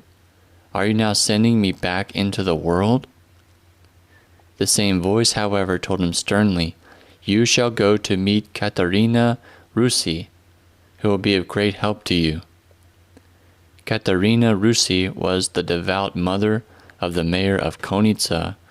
She had donated money to build 2 rooms in the destroyed monastery. At once Father PAISIOS was released from the invisible bondage, and his heart was flooded with divine grace. He went and reported it to Father Anthimos, who responded, "This is the will of God. Do not speak about this event. Just say that you will need to leave the holy mountain for your health, and just go." Father Kyrillos from the skeet of Kutlomusiu told him the same thing. Before leaving for Konitsa, the saint went by the monastery of Iveron to reverence the Panagia Portetisa. This time the Panagia did not look at him sternly, but with love and affection. He felt that to be one more confirmation that it was indeed the will of God that he go to Konitsa. Father PAISIOS later remarked, "We often ask God for one thing and other things come to us. I was shouting, 'Desert, desert,' but I encountered only obstacles. I was told about a dry isle, and nothing came of it. I asked to stay with Elder Petros, but from the monastery they told me no, and he himself told me, 'Come, let us forgive each other because I will soon die.' I was told about another Hesychas, but before I could go to him, some other monk arrived and became his disciple, and he would not have a second one. Finally God himself threw me into the world, in Konitsa, and from there, without even realizing how, I found myself in the desert of Mount Sinai." Chapter 7. At the Holy Monastery of Stomion. Settling in at the monastery. In obeying the commandment of Panagia, Father PAISIOS asked the local bishop for his blessing, and in July of 1958 settled himself in at the Holy Monastery of Stomion, which was at a distance of 2 hours on foot from Konitsa. The only way leading to the monastery back then was a narrow and steeply ascending footpath, which had the precipitous gorge of the river Aus on one side and the forbidding mountain of Timphi on the other side. The path culminated at a boulder that jutted out from the rest of the mountain like a balcony overlooking the river below. This rock formation is known as Katafili, and it is there that the monastery is located. The entire surrounding region where the 2 mountains of the gorge meet create a narrow opening known as Stomion. Originally, the monastery of Stomion was built on the opposite side of the gorge in an inaccessible location known as monastero. But according to the local tradition, Panagia herself indicated the new location of her monastery, as her icon, together with its vigil oil lamp, would leave the Palais o Monastero and go to the place where her humble chapel is found today. Thus, the then fathers of the monastery decided to build a new monastery at Stomion, a project which started on July 12, 1774. 170 years later, in August of 1944, the German occupiers of Greece bombarded the then deserted monastery, and as if by miracle, the only part that survived was its small chapel dedicated to the Nativity of the Theotokos. This event had profoundly moved the people of Konitsa. It is why Father PAISIOS, 5 years later, in 1949, at the Battle of Kriatsi, when he was in danger during the war and asked for the help of the Panagia, promised her, should he be saved, to labor for 3 years to restore her burnt-down monastery. Aflame later with intense yearning for the monastic life, he assumed that since he would dedicate his entire life to God, that he did not need to fulfill his vow. But when Panagia herself asked it of him, he decidedly went to restore her monastery. When Father PAISIOS arrived, he found the chapel at the center of the monastery in virtual ruins, and across from it whatever remained of the incinerated cells. To the right and left of the burned cells were 4 rooms and a spacious kitchen, which had been recently built with the donations from Katerina Russi and the devout Demetrios Doukas of Konitsa. The rooms were half finished without ceilings and floors, while the entire monastery was filled with construction rubble and debris. Father PAISIOS spent the first night doing prostrations in one corner of the courtyard. The next day he prepared his ascetic dwelling. He closed off a corner of the courtyard by placing a few rough boards in front of the opening. He placed a sheet of corrugated metal over that for a roof, and he spread out wood chips that loggers produce when they trim the trunks of trees for a floor. Thus he formed a triangular shanty, so low that he could only enter by stooping, and so small that he could not entirely stretch out in it. When he wanted to sleep, he would sit down and turn a little to the side. The people of Konitsa, who started to go to the monastery, were puzzled, seeing where the monk, as they called him, was staying. "Why, Father, do you sleep here?" someone asked him. "I sleep here," he answered, "because I fear being overcome by sleep and not getting up for prayer." "How can you live in this manner?" another person asked. "Man must deprive himself," he said, "for if he has one thing, he will soon want another, and there will be no end to what he wants." During the first days, Father Pavlos Zizakis also visited him, wondering how the restoration of the ruined monastery was going to be accomplished. But when he asked Father PAISIOS, he responded with, when Konstantinos Kanaris was told, when he had asked for a loan, that he had no country, he rejoined, "We will have a country soon enough. If a layperson had such faith, should we not have trust in God? Since Panagia arranged for me to come here, will she not provide for her monastery?" Footnote: Konstantinos Kanaris, 1793 to 1877. Hailing from a seafaring family from the island of Sara, Kanaris's exploits against Turkish ships during the Great War for Independence, 1821 to 1828, as a fireship captain are legendary. He later served as Prime Minister of Greece. Back to the text. In the brief chronicle that the saint himself recorded about the monastery of Stomion, he reports the following. The small monastery of Panagia, or rather, I should call it, her small paravoli, did not have a guardian for many years. This is why she brought me, the least among monks, the scarecrow, from the holy mountain, PAISIOS, to the holy monastery of Stomion, to guard her small paravoli, inasmuch as gardens that have no guardian are often guarded by scarecrows. No one, however, will ever be able to fully know the great ascetic struggles and many labors of Father PAISIOS at the precipitous Cataphyli, namely, his daily toils and hardships for the restoration of the monastery, his vigilant care for the people of Konica, how he constantly constrained his nature with his unrelenting asceticism and continuous suffering, but also his absolute expatriation, even though he lived in such proximity to his hometown. Furthermore, he had great patience in enduring unexpected persecutions from certain people of the Church, and in the fearsome wars visited upon him by the devil, who, if he could, would have broken him into pieces on the rocks of the gorge. These and a multitude of other events are known only by the all-seeing God. From the few events and circumstances that came to be known, however, one can realize that Father PAISIOS, who lived 4 years alone, most utterly alone, in the holy monastery of Stomion, with only the protection of God, he was tested harshly by men and by demons, but he was also shown abundant mercy by God. The Feast of Panagia.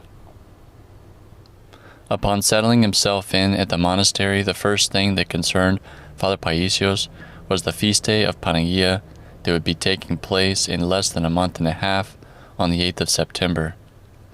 On that day there was a custom of having the festival within the courtyard of the monastery, in front of the entrance of the church. Wanting to prevent this bad tradition from continuing, Father PAISIOS made preparations throughout the month of August so that the festival could be held outside of the monastery. He cleared the area outside of the gate, enclosed it with fencing, and placed wooden benches, which he had made himself, upon which the revelers could sit. He even removed the boulders that were blocking the pathway and repaired the 2 makeshift bridges that people had to cross in order to ascend to Stomion. One was the bridge of Averkios, which was located below the monastery over a small riverbed with white rocks, and the other was a smaller bridge, which was very dangerous as it was located over a gorge. He worked very hard all day long and kept a vigil in his temporary cell during the nights. When the eve of the feast day arrived, the people of Konica reacted negatively to not having their celebration within the churchyard. "What, do you think we will let you spoil our custom?" they chided him. Father PAISIOS tried to explain to them.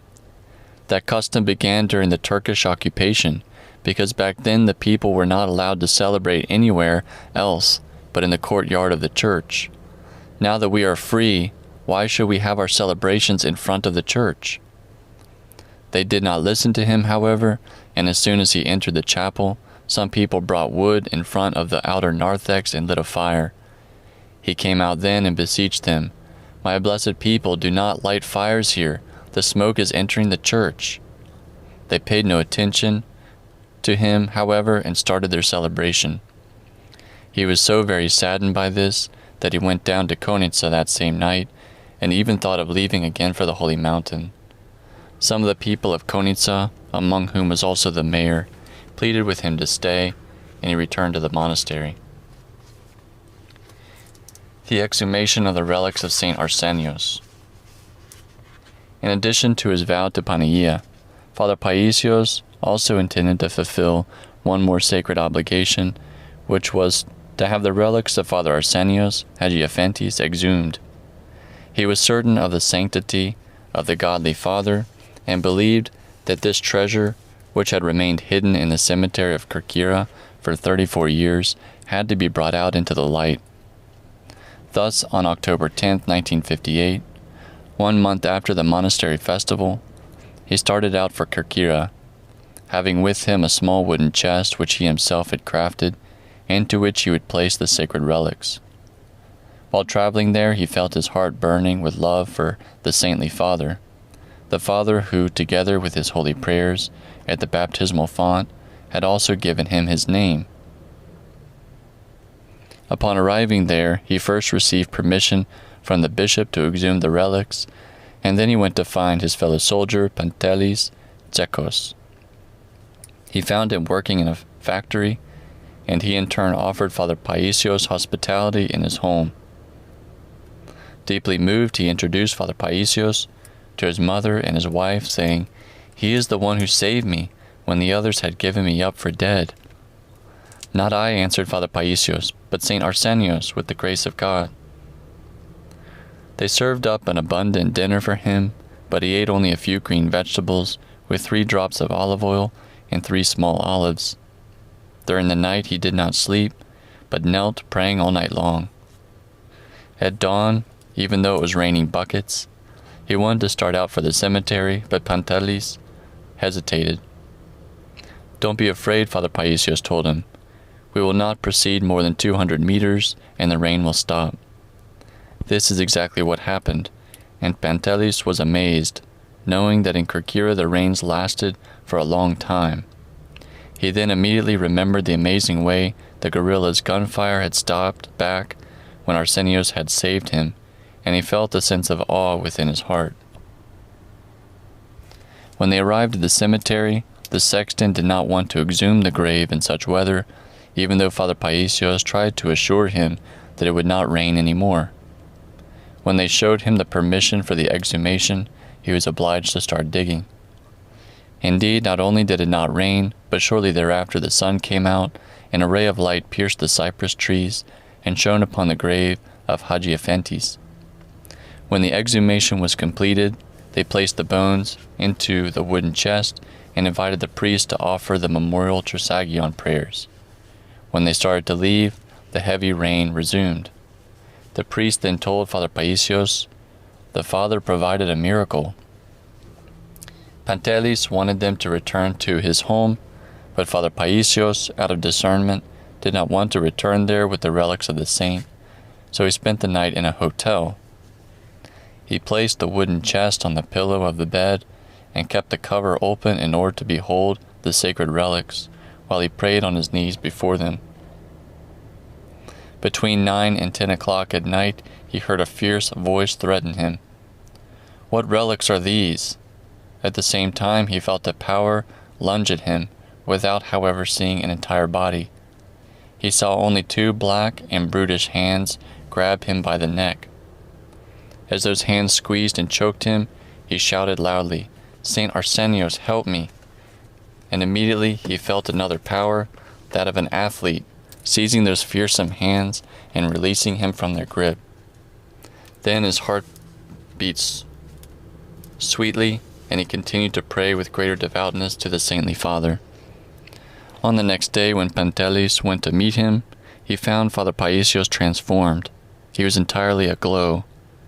"Why do I see you looking more beautiful today?" he asked him. Father PAISIOS explained what had happened to him. 2 days later, he returned to the monastery of Stomion, carrying with him a priceless treasure, the sacred relics of a newly appeared saint, St. Arsenios the Cappadocian. A visit to crypto nuns. A few days later, he felt an inner impulse to go to Ioannina, although he had no specific work to do there. After praying and being assured that it was from God, the next day he left, getting on the first bus. Arriving at Ioannina, he went to buy a few glass founts for the vigil lamps of the monastery. Then, not knowing what to do next, he thought of going to reverence at the Holy Church of St. Catherine, and wanting to avoid the marketplace, he walked along a side street. Walking past a certain house, he again felt an inner impulse that impelled him to enter that house. He proceeded into the yard of the unfamiliar house, crossed himself, and knocked on the door. The door was opened by a woman dressed in black, who upon seeing him fell to her knees, and with tears of joy said, "I thank thee, my Jesus, I thank thee, my Jesus." Then she led him into a small room that was like a little chapel. There the woman on her knees recited the supplication canon to Jesus Christ and the small supplication service to Panagia. After that, since it was 12 midday, she set the table with an offering of 2 beetroots, a little bread, and a few olives. However, they got carried away with their spiritual conversation and ended up eating at 5 in the afternoon. This woman was Anna Hadji. From a young age, She had wanted to become a nun, but her parents had pressured her to get married. A few years after her marriage, her husband got sick and eventually died.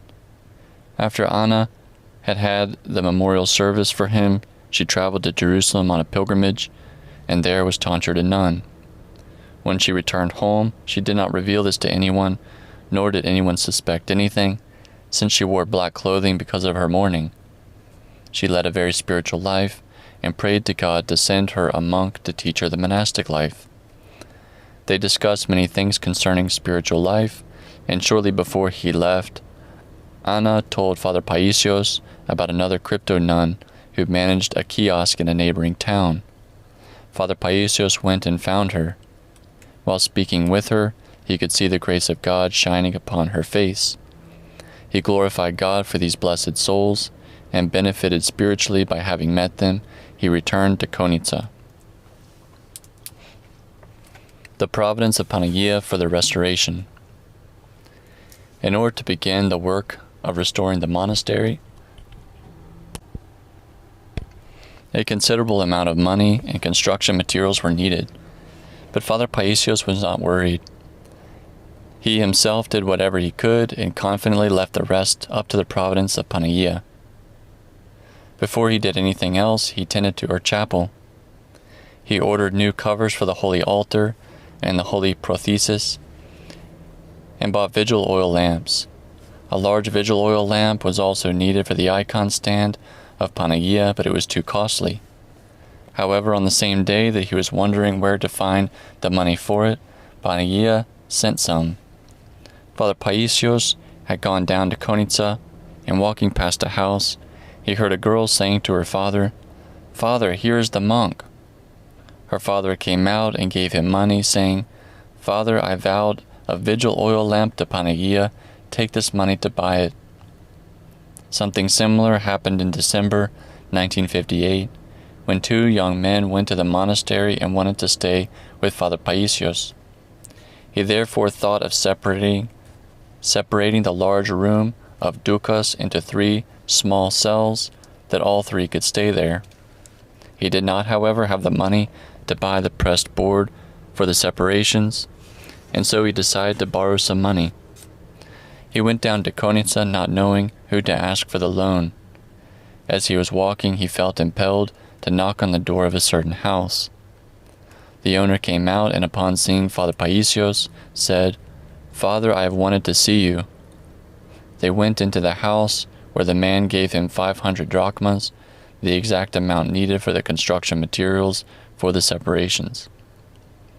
Soon enough, Panagia made provisions for the lumber needed to restore her monastery. Many loggers from Konica worked in the forest above the monastery of Stomion, and one day Father PAISIOS asked them, "What needs to be done to get some lumber for the monastery?" They immediately made the arrangements, and in January of 1959, the forestry department provided him with 17 cubic meters of lumber. The loggers cut the lumber to the dimensions he had requested, and using pack mules, they delivered it outside of the monastery. Father PAISIOS was very happy that day. With much gratitude, he said to the loggers over and over, "You are worthy of your wages. May Panagia bless you and keep you well. You have provided the monastery with the lumber, and now I will be able to do all the interior work." From the next day onward, he started repairing the roof of the church and installing the floors, ceilings, and doors and window frames of the half-built structures. He even made various furnishings such as cabinets, chairs, and benches with railings, upon which pilgrims would be able to sit and even sleep. Some of the benches were requested by the metropolis, and Father PAISIOS did not refuse to provide them. Ascetic labors and diaconia. All day long he chanted while he worked, while the book of Abba Isaac was always beside him. In spite of his great exertion, he strictly observed the monastic rule, fasting, vigils, prayer. His food was tea with a bit of rusk and occasionally some beans. Every night he kept vigil in the chapel, and his heartfelt chanting, which was accompanied by many fervent prostrations, could be heard out in the courtyard, interrupting the absolute silence that prevailed at isolated Stomion. He slept for 2 hours at most, and even those were not continuous. He slept 1 hour before midnight, and then got up to read the midnight service, and then carried on with the Jesus prayer. He then slept for a bit, and at 3 in the morning chanted the Orthros, followed by the hours. Father PAISIOS observed the typicon of the services with exactitude. When it was time for Vespers, he stopped whatever he was doing, put on his rasso and cuculion, and struck the talanton at 3 intervals as he went thrice around the church. Footnote: cuculion, the long hooded cloak with wide sleeves that is worn by monks of the great schema during the divine liturgy. And the talanton is a handheld wooden board struck by the designated monk with a wooden or metal hammer in order to announce the beginning of a church service.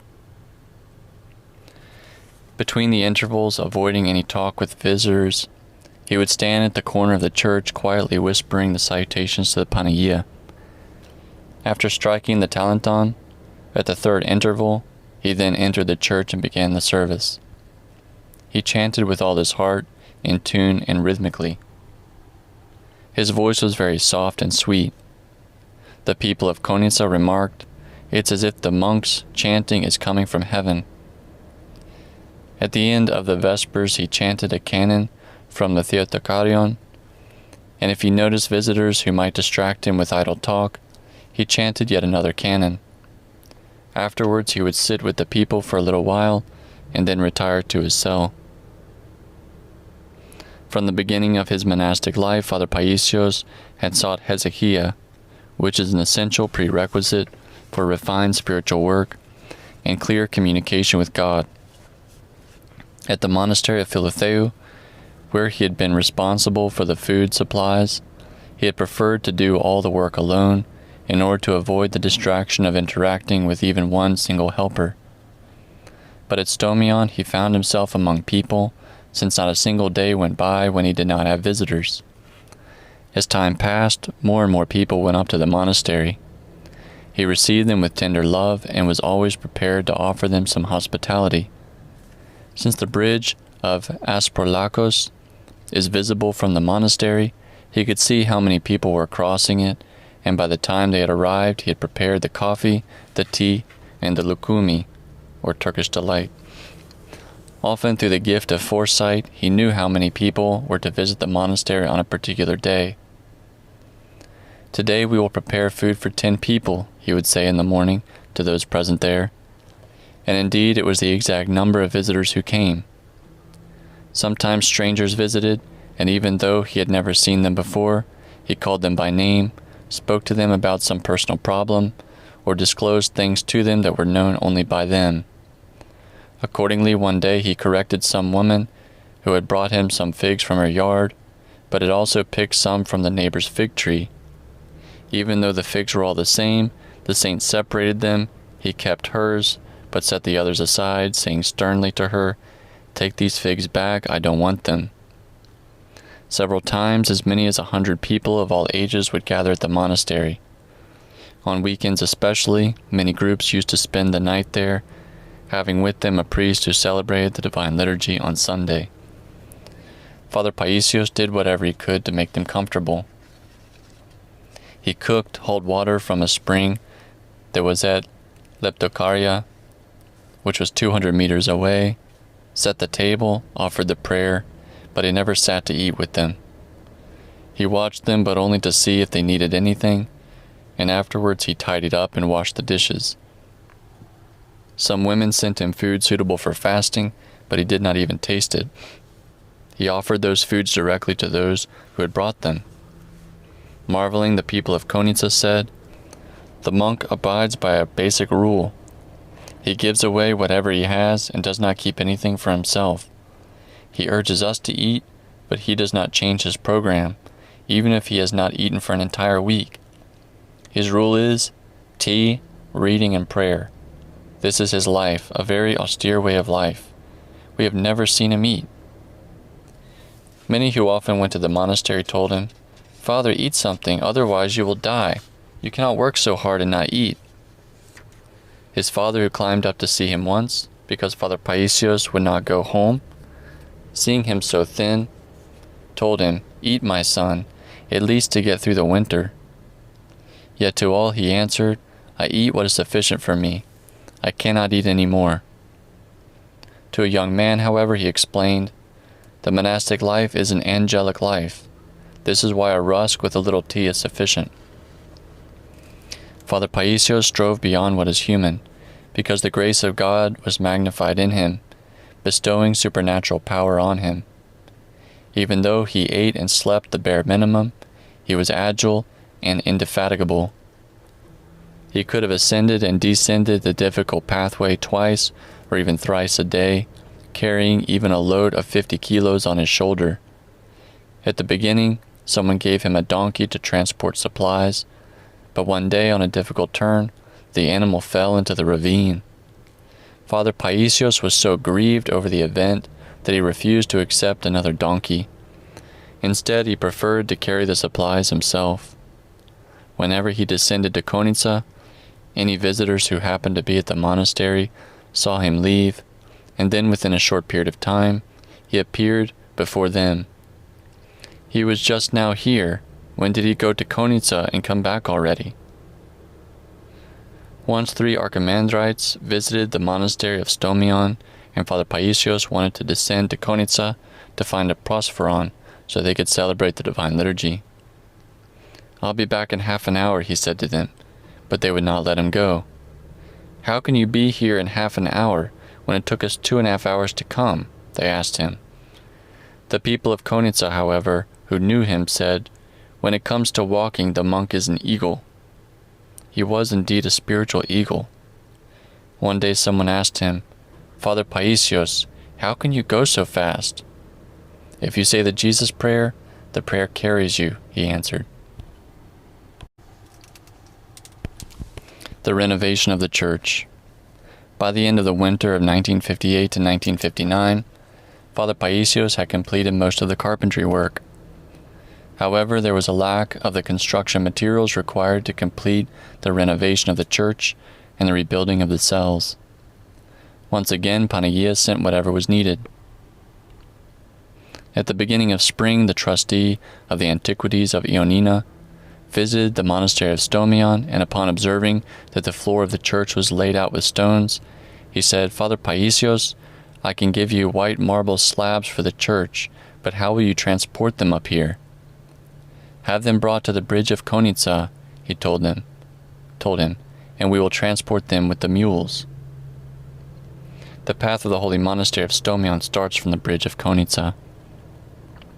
In a few days the marble slabs came, as well as the tiles for the roof of the church and a few sacks of cement.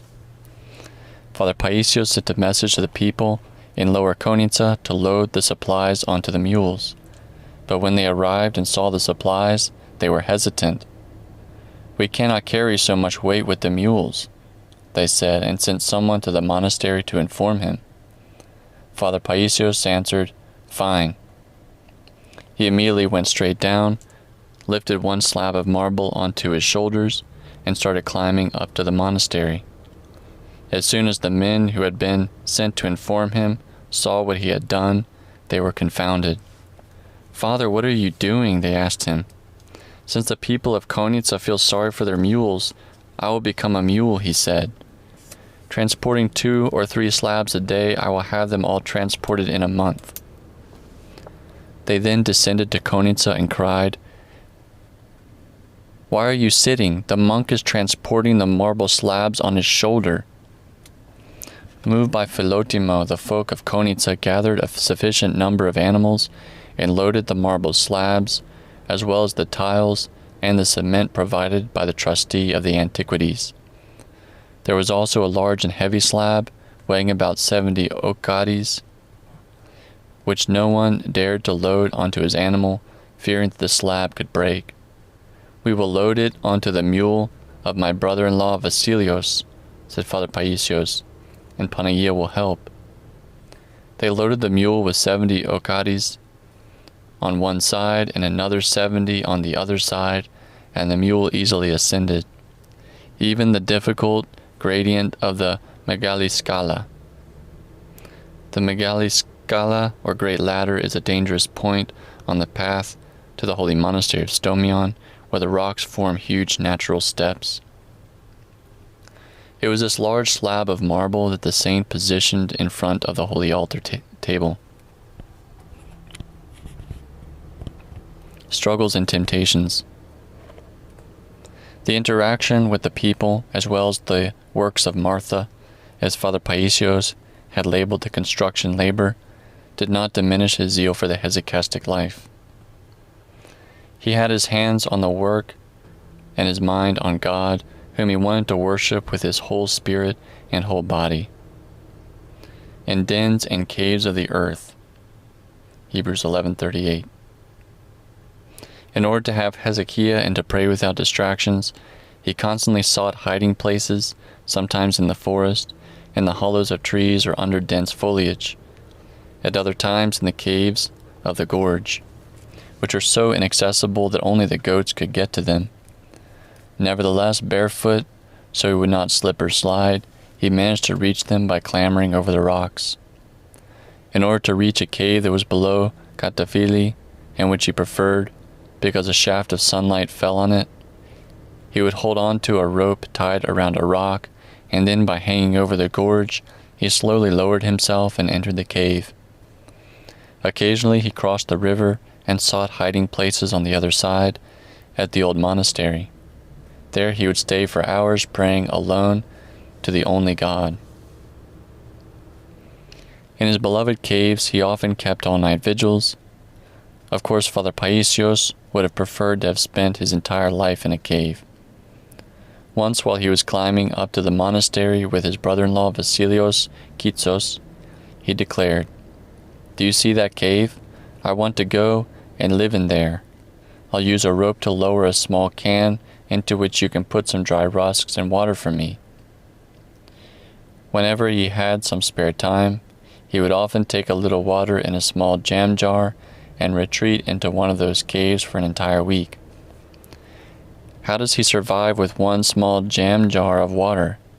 Pondered the loggers who occasionally saw him doing this. He must have divine power.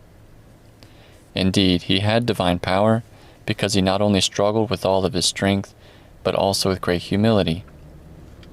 It is only with humility that he was able to face the many attacks of the devil. On Thursday of the 5th week of Great Lent of 1959, he experienced his first great demonic temptation at Stomion. The two young men who had stayed with him for a short period of time had since left, and he continued to stay in one of the small cells he had built in the room of Dukas. That night, while he kept vigil and was sitting on a stool saying the Jesus prayer, he heard clarinets and songs, as if a feast was going on outside the gate. Troubled over this, he got up and looked out the window, but saw nothing. There was complete silence. He realized it had come from the tempter and continued his prayer more fervently. Suddenly a powerful light filled the cell. At once the roof was split in two, and a pillar of light appeared that stretched up to the sky. At his peak appeared the face of a blond young man, with a beard and long hair, who resembled Christ. Full of doubt, Father PAISIOS got to his feet and looked up in order to get a better view of the face. That was when he heard a voice within him say, "You have become worthy to see Christ." "And who am I, the unworthy one, that I have been made worthy to see Christ?" he said, and made the sign of the cross. Immediately the light and the supposed Christ disappeared, and Father PAISIOS saw that the roof was again in its rightful place. He shared this event with some of the people of Konitsa, and they in time related, "One night at the monastery the demons raised the roof, but they could not harm the monk. He defeated them. He had defeated them with the weapon of humility." The devil, however, would not give up. Since the devil had not managed to throw him into the pit of pride, he then attempted to hurl him into the gorge. On Holy Thursday, Father PAISIOS went to keep vigil in a small cave that was located in the rocky crags of the gorge. Since even while sitting down he could just barely fit in there, he sealed the opening of the cave with some rocks to make it somewhat secure. All night long he said the Jesus prayer. Suddenly at dawn, right next to him, he heard a blood-curdling cock-a-doodle-doo and a fierce flapping of wings. He was so startled that he jumped up and came close to falling into the gorge. "Lord Jesus Christ," he shouted, and immediately realized that it had come from the tempter, the devil. Waiting for the light of dawn to come so that he could go up to the monastery, he continued to say the prayer with all his strength, while his ears were still whistling from the demonic sound. He never again went to that cave. Another time, in the chapel, while again keeping a vigil, around midnight he heard some commotion at the door, as if someone was raising and lowering the latch. He realized that it was enacted by the tempter so as to make him go and see what was happening and interrupt his prayer. He therefore entered the sanctuary and remained there on his knees before the crucifix until morning. If the path sloping downwards to Konitsa had a voice to speak out, it could also bear witness to the struggles and trials of Father PAISIOS. Once when he was ascending to the monastery holding his kombuskini in his hand, the demons grabbed it away from him, and immediately he knelt in the middle of the path and said, "I will stay here praying until you return it to me." Then the demons returned it to him. The protection of God. Many a time God protected him on that dangerous path. One night when he was descending to Konitsa, his lantern went out, and as it was dark, he did not see a turn in the path and proceeded straight forward toward the void. At that very instant, a heavy brightness illumined the entire area. He saw clearly where he was and was saved. On another night, he was returning to the monastery bearing a small haversack in which he had placed the monastery's reliquary, which in turn was attached to a metal box for coin offerings. At the beginning of the ascent of the Magali Scala, the strap of the sack, having caught on a holly oak, tore, and the reliquary went tumbling down into the ravine. His eyes clouded with distress, and without any regard for the danger, he scrambled down the rocky ravine to find the reliquary. Miraculously, it had been caught on the last rock outcropping, precisely above the river, without any damage, while the metal box had been entirely bent out of shape. When the saint raised his eyes and saw the rocky crags rising above, even he was at a loss to explain how he had gotten down there.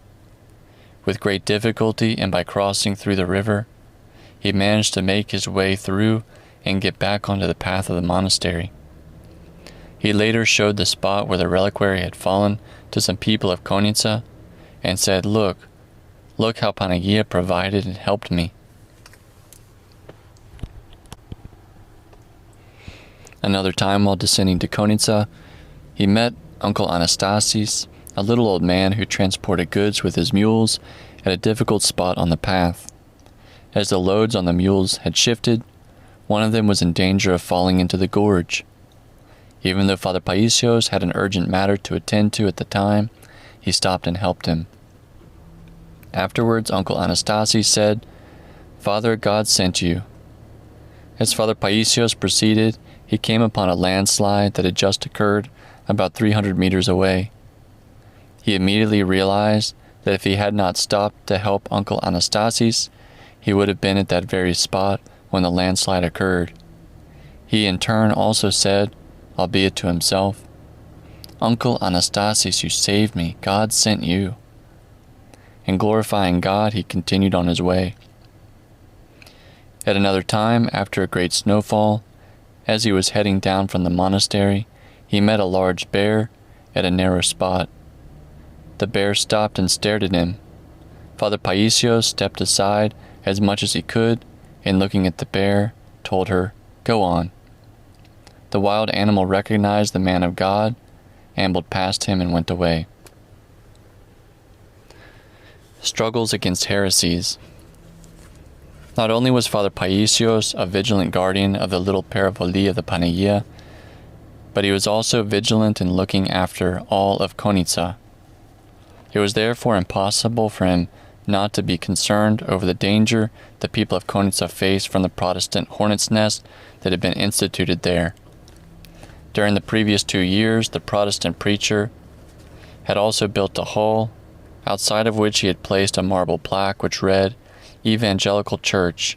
Gatherings took place there, and many people from Konica went, some out of curiosity, and others because they were given a small amount of monetary aid that was hardly insignificant for poor people. Through that particular methodology, about 80 families have been caught up in, or were about to be caught up in the nets of heresy. Perhaps it was only for those souls that Panagia had sent Father PAISIOS to Konica. For this most serious problem, Father PAISIOS had turned to the ecclesiastical authorities, but had not received a response.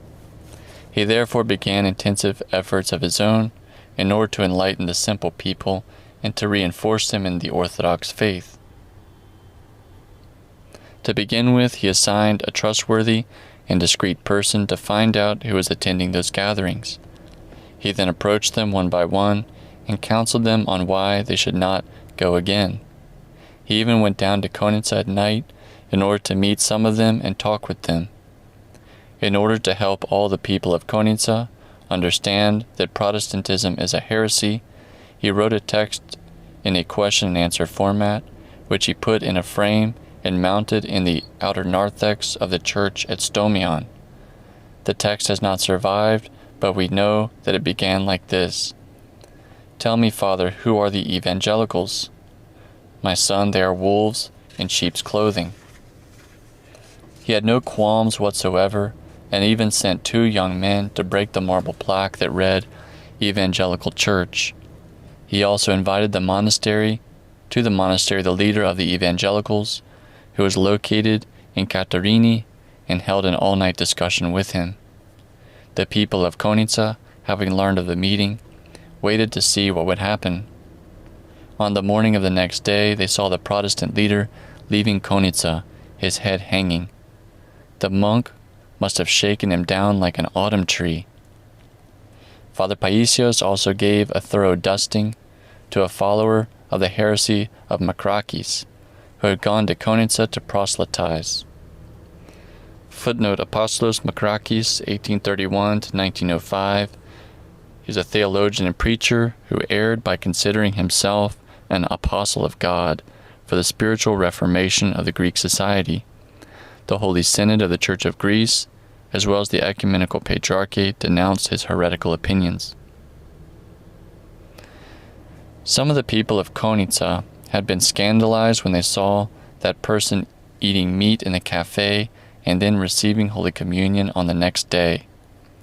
Others were troubled when they heard him say, "And what are the priests? And what is the church?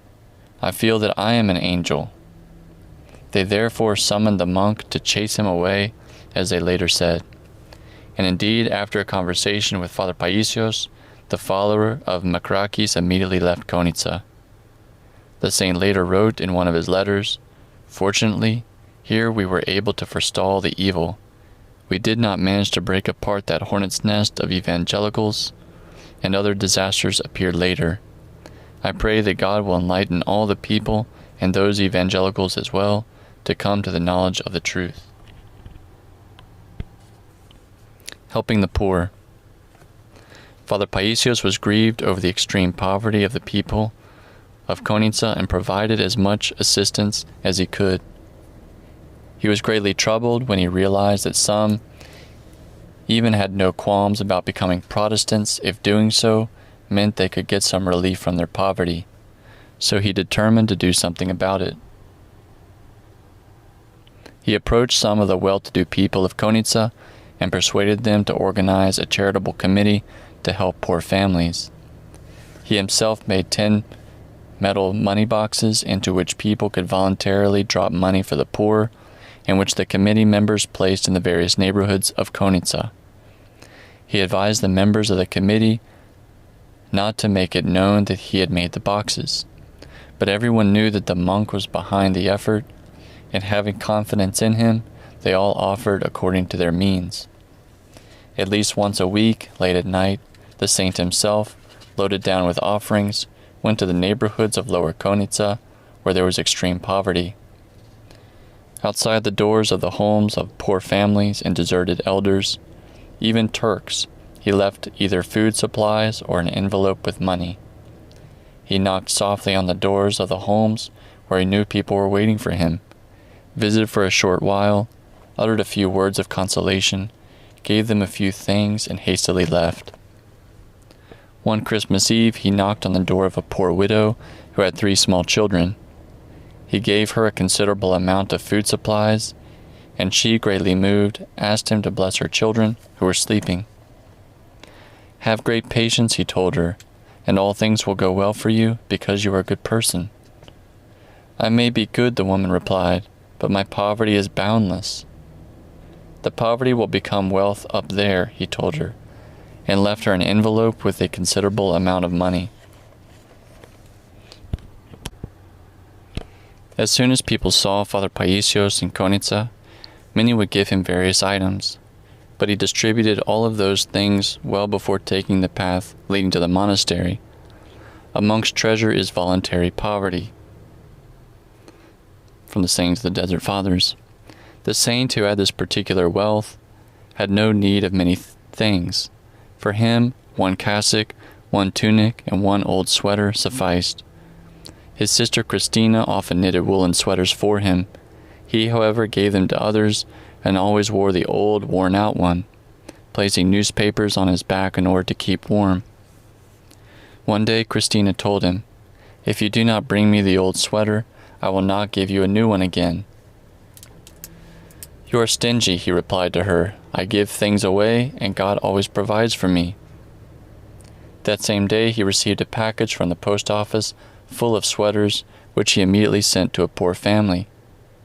Once even the bishop offered him sweaters, saying, "You must keep these sweaters for yourself. Don't do as before and give them to the Turks." He had said that because every Friday Father PAISIOS visited a Turkish home, where virtually all the Muslims in the neighborhood would gather as if they were having a festival. They respected and loved him, and he very discreetly tried to shepherd them so that they would want to become Christians of their own accord.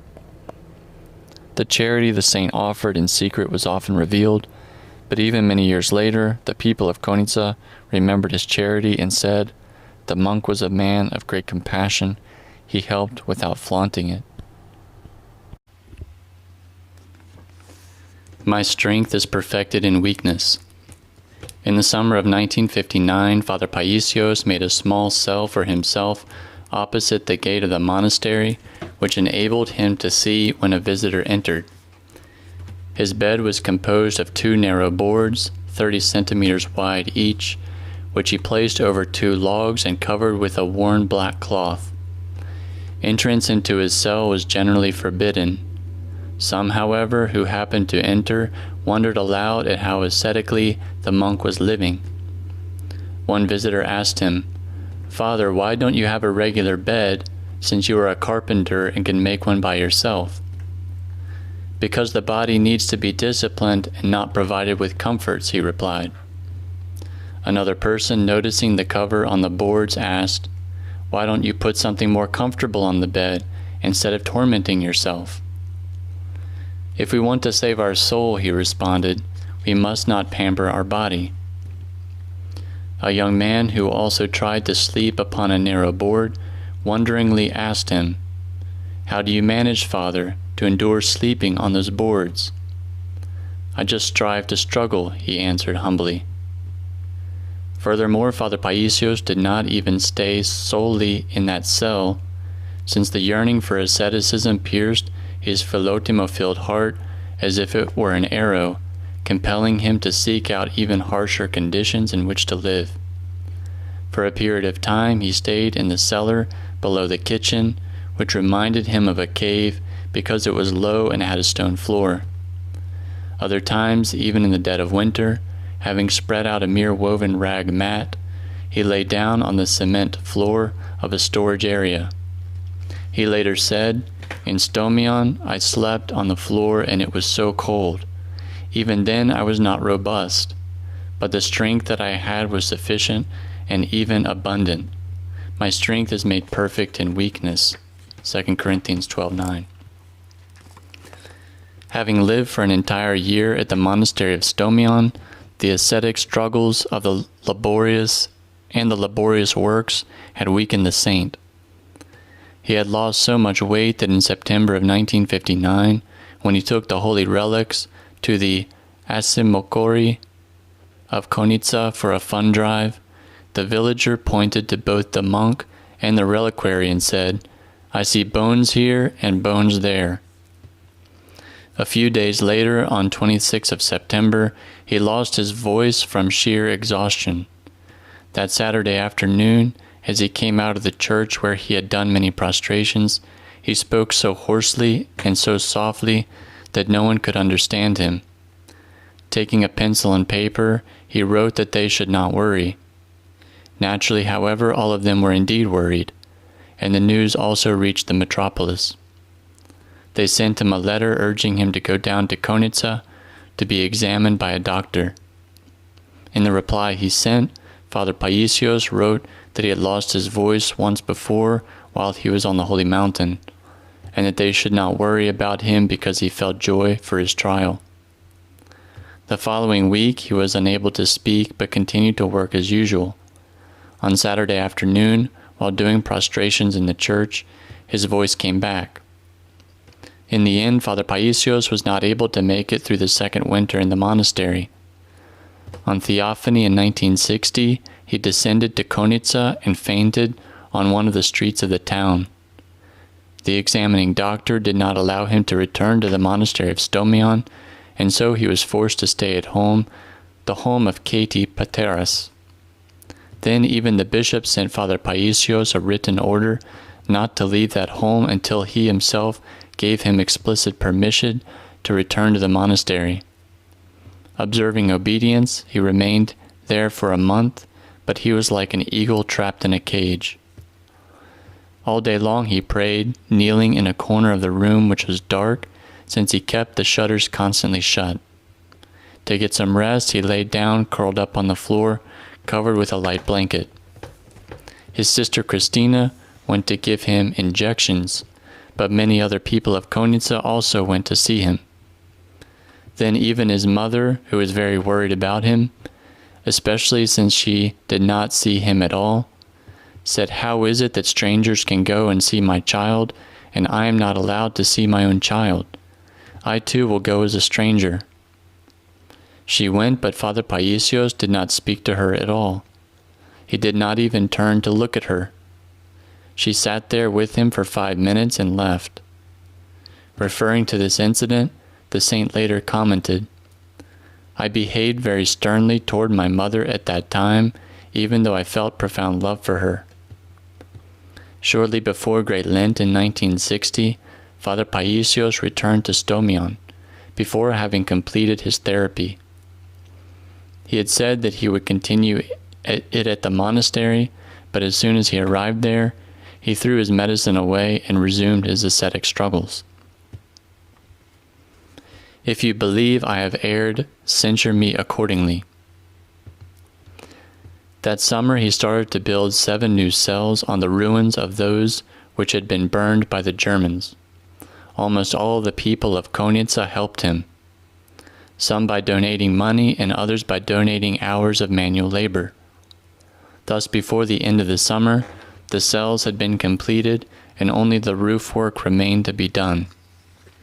At that time, God permitted a trial to take place so that the pure love of Father PAISIOS, together with its great forbearance, could shine forth. Some people closely associated with the Church were envious of his having initiated the charitable committee, as well as for the love which virtually all of the people of Konitsa, including the mayor, felt for him.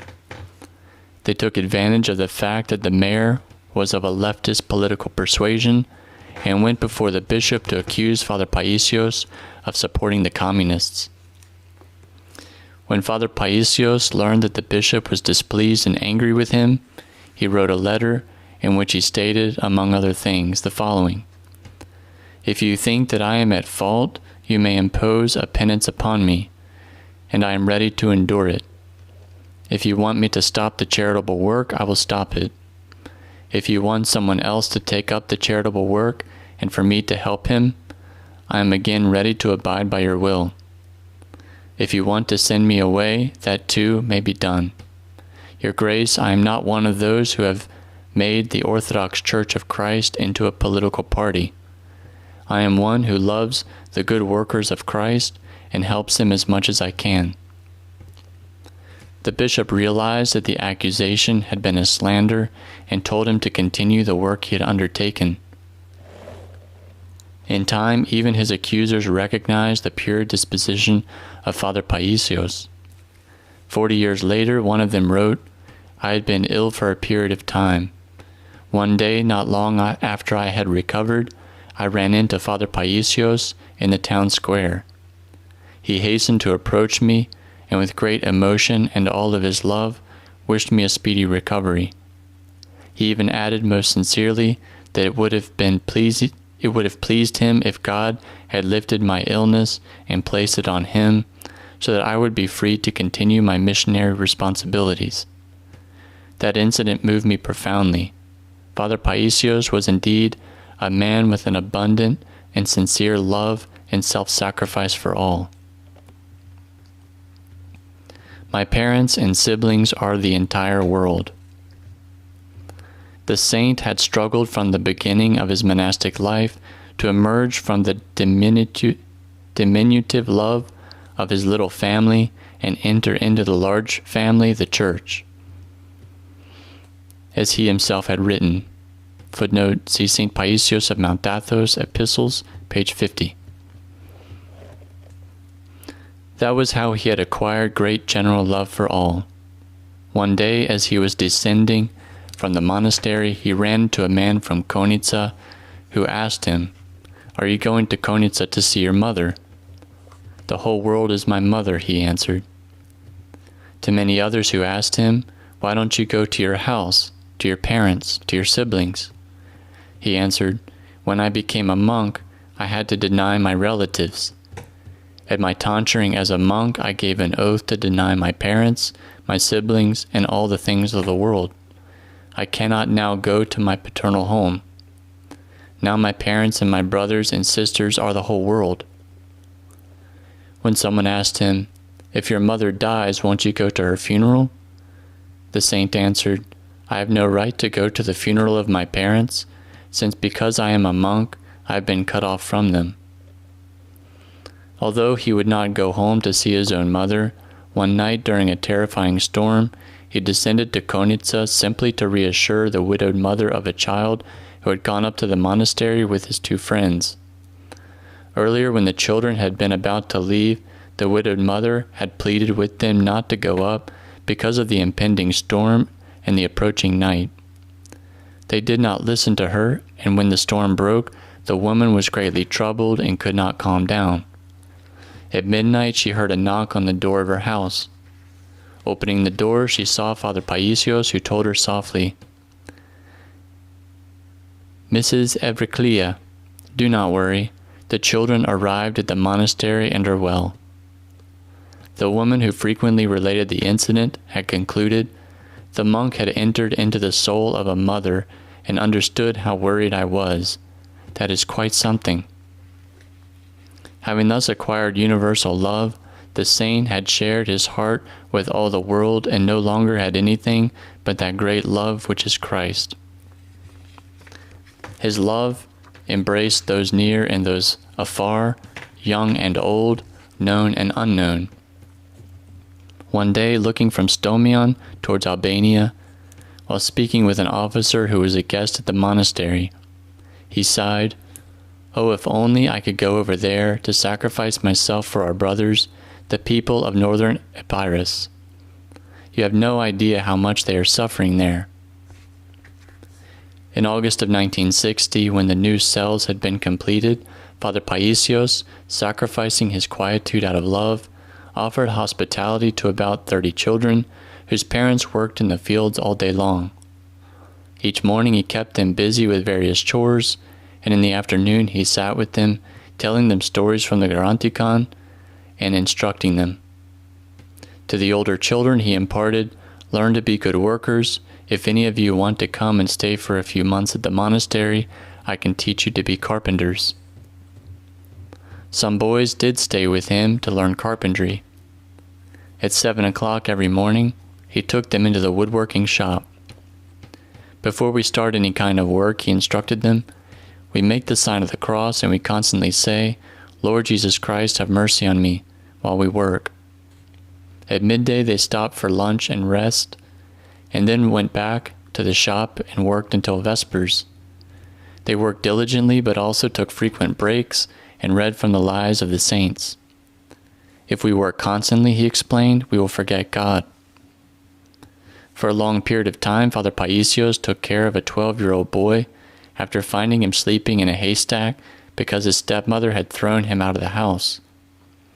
When he offered to take him to the monastery, the boy asked, "Do you have food and covers?" Father PAISIOS, his eyes clouded with tears, remembered the words of St. Paul, and having food and raiment, let us be therewith content. 1 Timothy 6:8. "I do, Georgios," he answered. He took the child in and helped him considerably. At another time, when he learned that a boy had become mentally disturbed and wanted to kill his mother and sister, he brought him to the monastery as well. With the love he showed him, as well as with his prayer, he helped the boy recover and become a well-behaved child.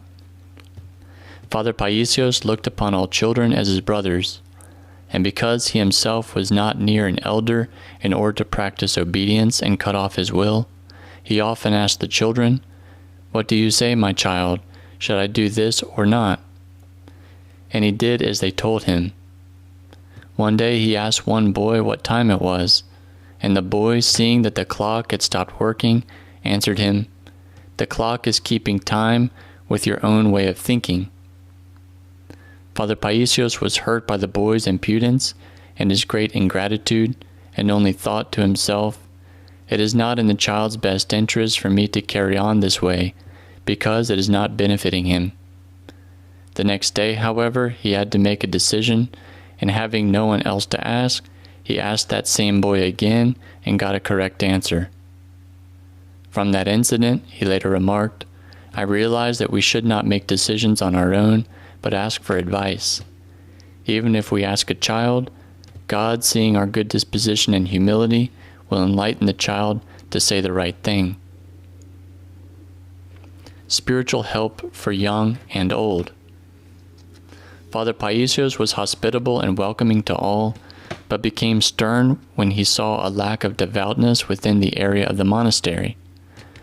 The incident that took place on the eve of the feast day in 1960 exemplifies this. It was Wednesday, a day of fasting, and as he was returning, bringing water from Leptokaria, he realized that some people were frying fish in the kitchen of the monastery. He immediately put down the vessels of water he was carrying, ran into the kitchen, snatched the frying pan with the fish, and going to the edge of the cliff, threw them into the ravine.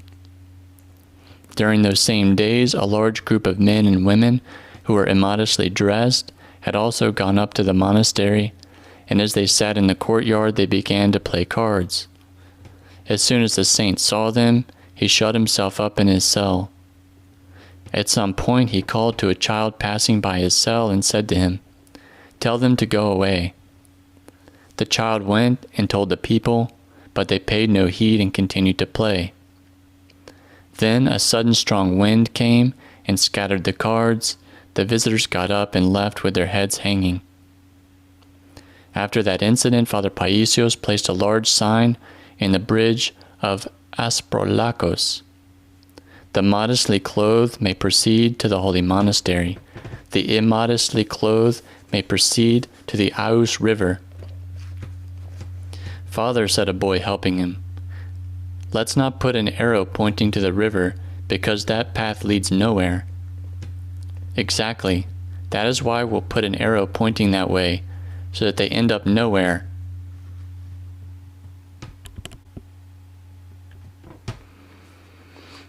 100 meters above the monastery was a small hill where many went on weekends and holidays to carouse loudly until late at night. In order to put an end to that bad habit, Father PAISIOS dug a grave there, set up a large cross, and went, every so often, to turn the soil over and to light candles. From then on, no one ever again went there to carouse, but they all went out of curiosity to see the grave of the monk. Occasionally people found Father PAISIOS lying in the grave with his arms crossed and a cornerstone for a pillow. Someone asked him, "Father, aren't you afraid?" "What should I fear?" he replied. "We must all be ready for death. Our life is like a journey.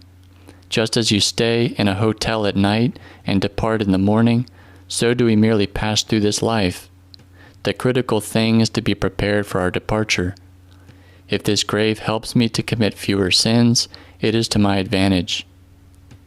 To another person he once said, "A proverb about Alexander the Great says you have walked upon many meters of the earth, but 1 meter of earth will contain you." Footnote: Alexander the Great was a great Greek king of Macedonia, Greece, the years 356 to 323 BC. Alexander the Great started out from Macedonia, Greece, and went as far as India. He walked over many kilometers and conquered many regions, but in the end he was buried in only 2 meters of earth, nothing more. The saint would often gather the visitors at the outer narthex of the church or at leptocaria and narrate stories from the sacred scriptures as well as from the lives of the saints. He even told them events from his own life as if referring to someone else by saying, "I know a particular monk," or "I once met someone who..." His advice was simple and practical. Attend church, pray with devotion, behave with reverence in the sacred space of the monastery. Say the Jesus prayer without ceasing, "Lord Jesus Christ, have mercy on me." Ask for the help of Panagia by saying, "Most Holy Theotokos, save us." Love one another. Do not quarrel. Do not curse. Do not hold a grudge against those who are at enmity with you. Do not treat anyone unjustly, and know that whoever acts unjustly is more unjust to himself, because he certainly harms his own soul. Have no evil thought about anyone. To men and women with families, he spoke about the upbringing of their children. When a small tree is growing crookedly, you tie it to a straight pole so that it will grow straight. Similarly, parents have to restrain their children so they won't go astray. He advised men to stop smoking and women to dress modestly, saying, "If you remove the bark from the tree, can it live? No, it will dry out." Oftentimes during those gatherings there were also discussions. One time someone asked, "Tell me, Father PAISIOS, what would you do if you found a bag of golden coins?" "I will go to the police and report it," he told him. "And if the one who lost them is nowhere to be found, won't you keep any of the coins?" "What can I do with them?" he answered. "They are not mine, and what is not mine I cannot keep." Then someone else said, "I would keep half of them." Others sided with him, saying, "Father PAISIOS, because we are poor people and have great needs, if we find some coins, we will think about keeping at least half of them for ourselves." "You should think that we are here temporarily," responded the saint, "and you should tend to your daily bread." Matthew 6:11, Luke 11:3. God provides for the next day and will grant you whatever you need. Do not be greedy and impatient. A little later in the conversation he added, "They who have more money are more apt to commit more sins." On another occasion someone asked him, "Father PAISIOS, what is better, to have a family or to become a monk?" "Both the one and the other are good," he answered. "You choose by yourself without pressure from anyone."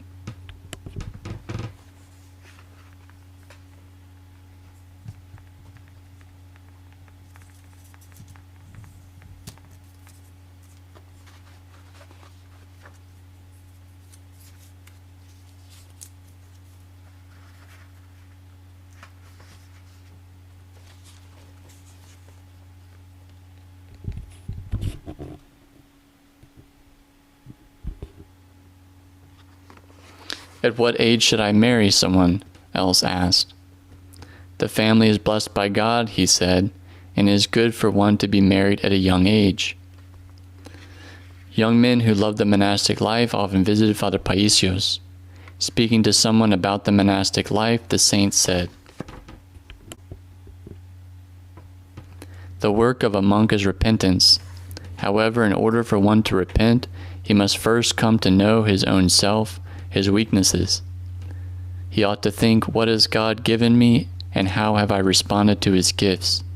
With what great love God has acted toward me, how have I acted?" That is when he realizes that everything is a gift from God, and only the sins are ours. Speaking for myself, I ask God to make me worthy of living as he wants me to live, as an indication of gratitude for all the things he has given me from my childhood. After that, he may place me in hell, since it is what I deserve. But even in hell, in the deepest darkness, with all the pain, I would want only one thing, to be able to glorify God. To another young man who had an inclination toward the monastic life, but who had difficulty making a final decision, the saint brought up the following example. Sometimes, in order to gather the animals into one area, hunters set up an ambush by hiding along the pathways and changing position every half hour while they observed the movements of the animals. But once the animals have been gathered and the hunters attempt to shoot, they are confused by the presence of so many animals and do not hit any of them. You too should not pursue many goals. I will do this, I will do that, but decide on one way of life. If you choose one way of life and are steadfast about your decision, you will struggle and you will succeed. Another young man who had stayed for a short while at the monastery in order to learn the trade of carpentry asked Father PAISIOS, "Father, isn't being a good monk and being a good Christian the same thing?" The saint, having discerned that the young man had the presupposition to become a monk, answered him, "No, a good monk is an angel." All the people of Konitsa, young and old, knew that they could find refuge and solace with the monk in the monastery of Stomion. Stomion was the only place where we could forget our problems, the people of Konitsa remarked years later. As soon as we entered the monastery, we left everything to Panagia and listened to the counsels of Father PAISIOS, who always spoke prudently, humbly, with his eyes downcast and his hands folded. He was a revered person who had such divine wisdom that as we all very devotedly listened to him, our jaws would drop. We understood, of course, that we were beside a great mountain, but we could not discern his summit. The power of prayer. Obviously, the people of Konitsa could not fathom the spiritual height and depth of Father PAISIOS. However, they did understand that he was a monk in complete perfection. In his presence, they experienced the power of prayer that overcomes the insuperable obstacles and provides a way out from all impasses. Once, as 5 or 6 men were ascending to Stomion, they found themselves before a huge boulder that was blocking the path. Together they tried to push it off the cliff, but to no avail. In a short while, Father PAISIOS, who was also going up to the monastery, arrived at the spot. "You go ahead," he said, "and we'll see what we can do." When they had gone a short distance ahead, he made the sign of the cross and pushed the boulder over the cliff. Hearing the boulder falling, the others returned. "Father, what happened?" they asked.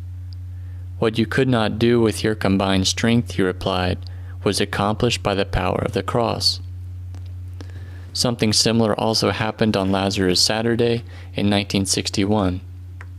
The saint was ascending to the monastery with a large group that also included children.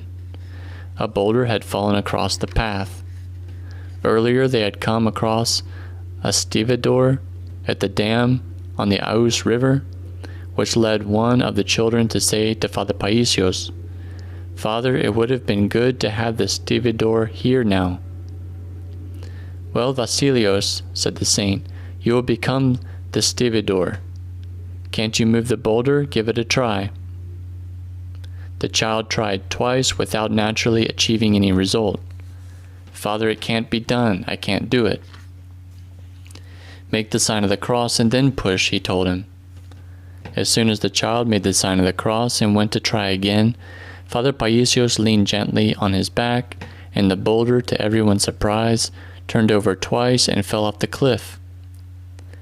"Do you see that with faith all things are possible?" said the saint to the boy, while the others were speechless.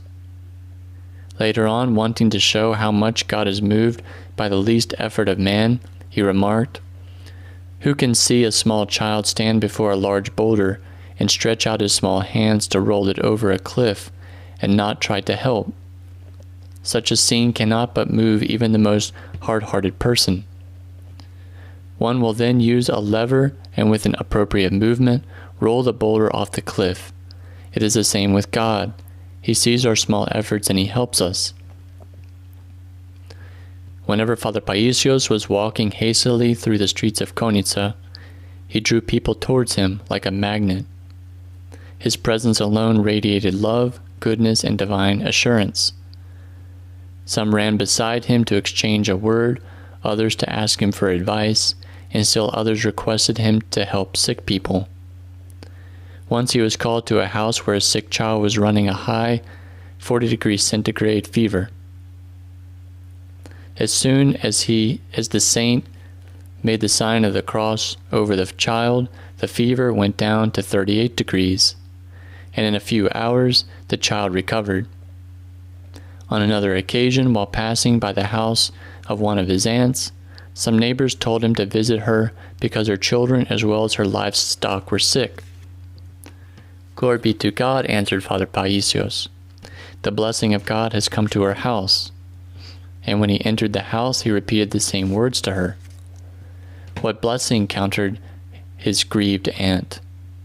"The children are sick, the pigs are dying, the ox has been wounded in the stomach.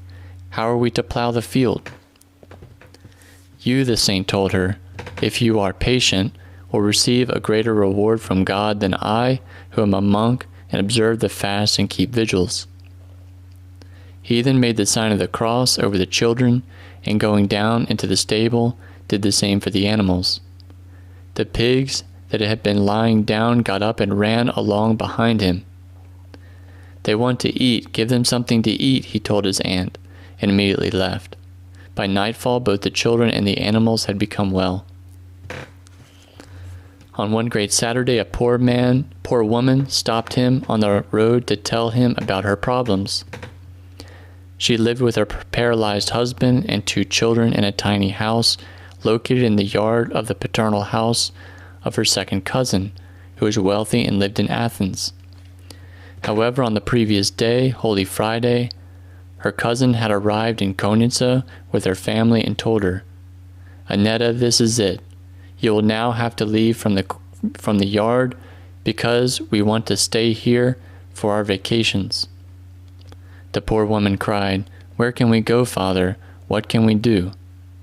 Father PAISIOS counseled her to entrust her problem to God and continued on his way. That same day he visited a sick person in the hospital and there by chance met the wealthy cousin. As soon as she saw him, she said, "Father PAISIOS, I have wanted to meet you, for I have heard much about you. I am the wife of a minister in the government, and I used to go with the Queen to various institutions, making a donation to charity." Father PAISIOS then took the opportunity to tell her that it was not proper for her to put a poor family out into the street, especially on such holy days. "It is a shame to evict them," he told her in the end. "It would be a good thing not to evict them if you could avoid it. After all, they are your distant relatives." Upon hearing the word relatives, the wealthy woman became incensed and felt like striking him. Father PAISIOS lowered his head and did not say another word. He thought to himself, "What more can I tell you? It is not proper for me to give you a slap, but before you get back home, you'll receive a slap from Christ."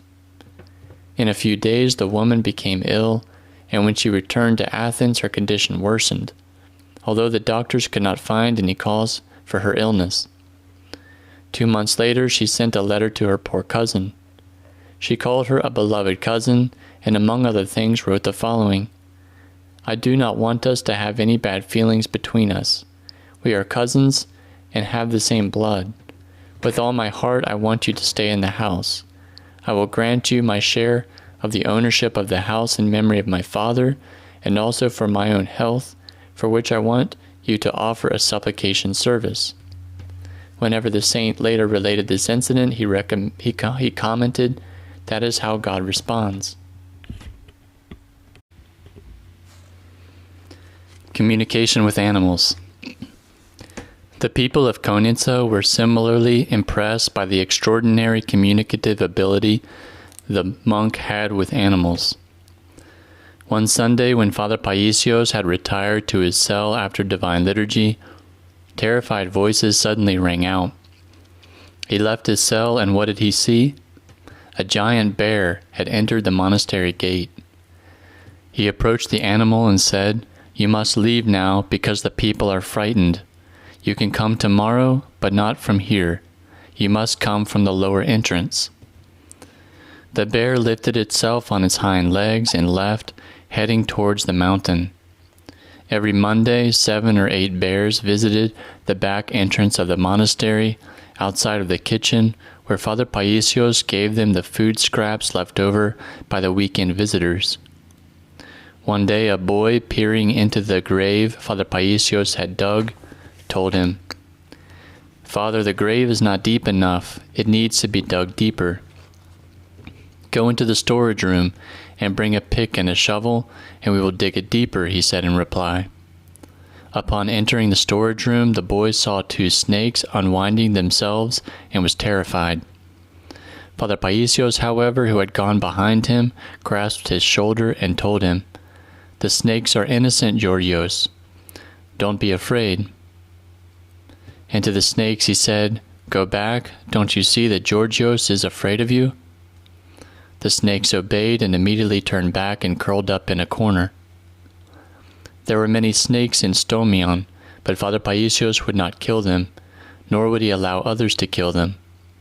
He had such spiritual sensitivity that he did not even want to step on an ant. To a boy learning the trade of woodworking, he once said, "Panagiotis, be careful not to step on an ant." "Oh, Father, there are so many ants all around," replied the boy. "Still, I want you to be careful," he repeated. One day in the summer of 1960, the saint saw a rabbit eating beans in the little garden which he had enclosed by a low stone wall below the monastery.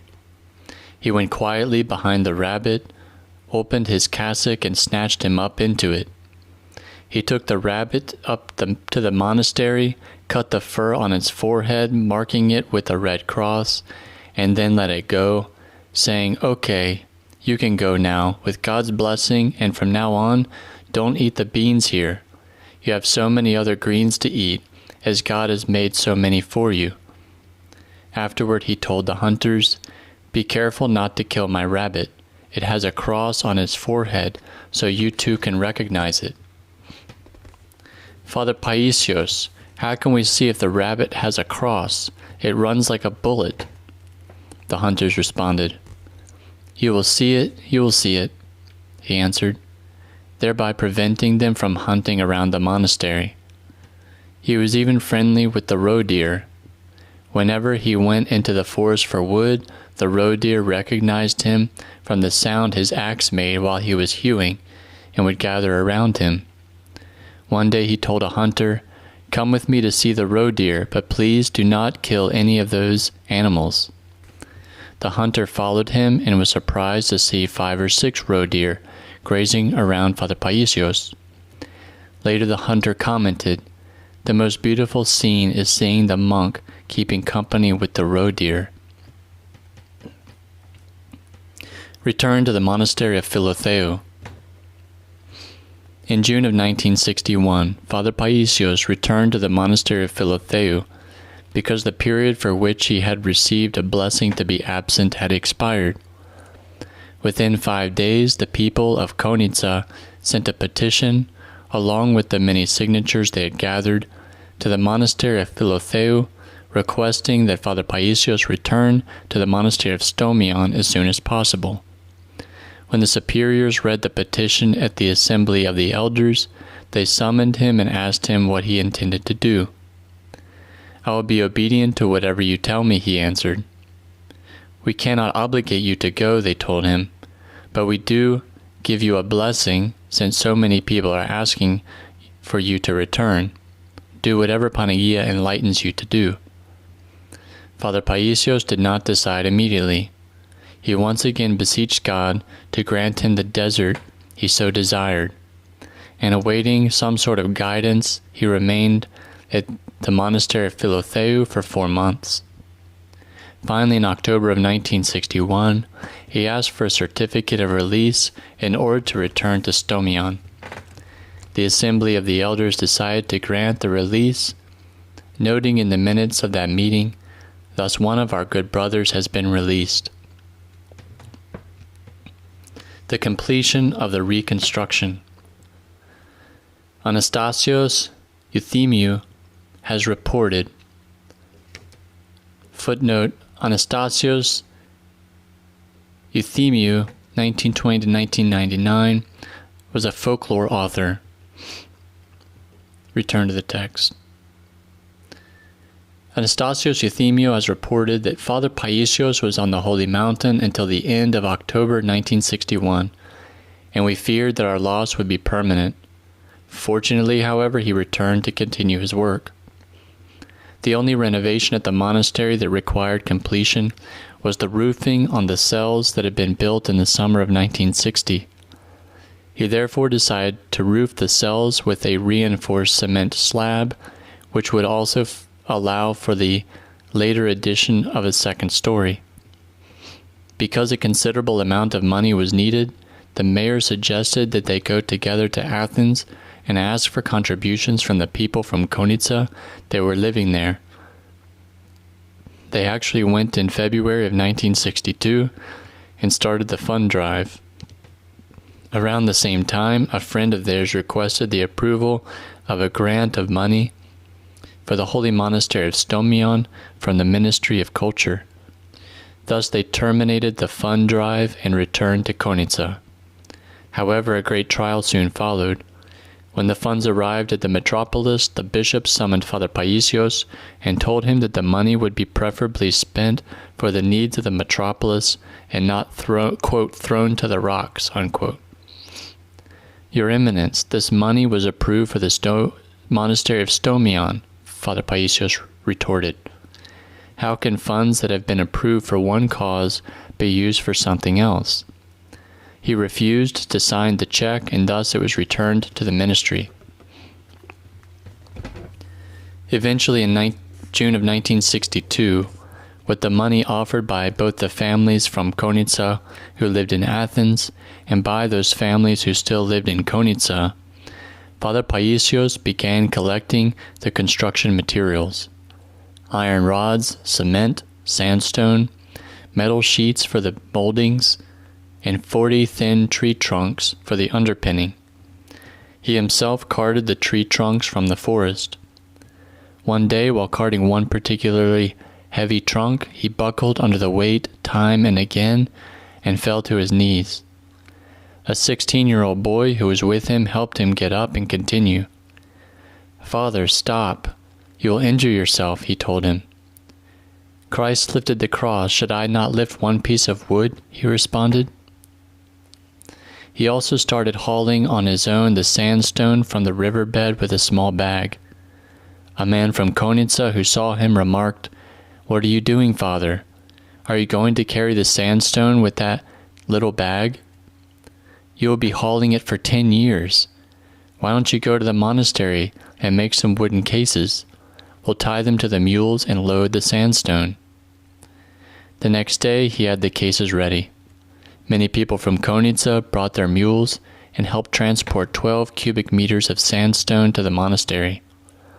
He then paid 2 builders to do the preparation work, and when all was ready, more than 50 volunteers went up to the monastery to pour the large cement slab. Before beginning the work, the saint offered a prayer and sprinkled the building with holy water. At some point it started to drizzle, and they all feared that the rain might intensify. But that day was truly beautiful, a day we lived the joy of God. Years later, one of the volunteers recalled the scene. We worked as if machines were working. Not even today's cement mixers could have kept up with us. Some were carting water, others cement, and we were all coming and going as if we were flying. We were soaring with the love we had for the monk and our desire to see the monastery completed. The work was going along at a quick pace when a serious problem appeared. The slab had been 2/3 completed, but there did not seem to be enough cement to finish the final third of the roof. The men then suggested that they thin out the cement mix. "No, continue as usual," Father PAISIOS answered, and went into the chapel. "My Panagia, what shall we do now?" he prayed. "I beseech you, please help us." He went out and calmly continued working. In the end, the slab was completed and there was leftover cement. Later, when it was time to eat, there was again some anxiety over the food not being enough for everyone. "Don't worry," said Father PAISIOS. "Panagia will take care of it."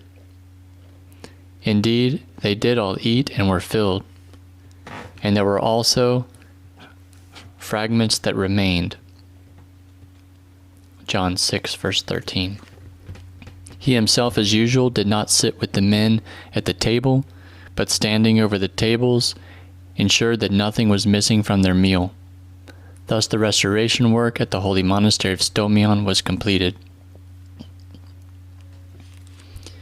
Edifying the ascents of the virtues.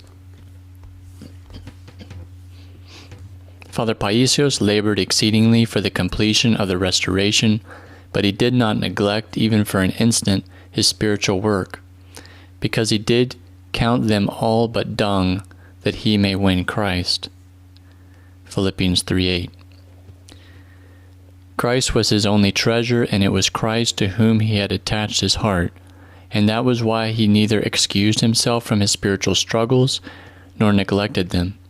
On the contrary, rather he adds fire to fire, and sets enthusiasm alight with enthusiasm, disposing a sense of virtues in his heart, and going from power to spiritual power, and this unremittingly. Footnote from St. Theodore, the Studite, Catechesis 58. The spiritual steps that Father PAISIOS had ascended while struggling in the monastery of Stomion, far from the world and yet so very close to it, remain unknown. Nonetheless, his basic spiritual work continued to be the constant observation of his self. It was that constant observation that led him to repentance.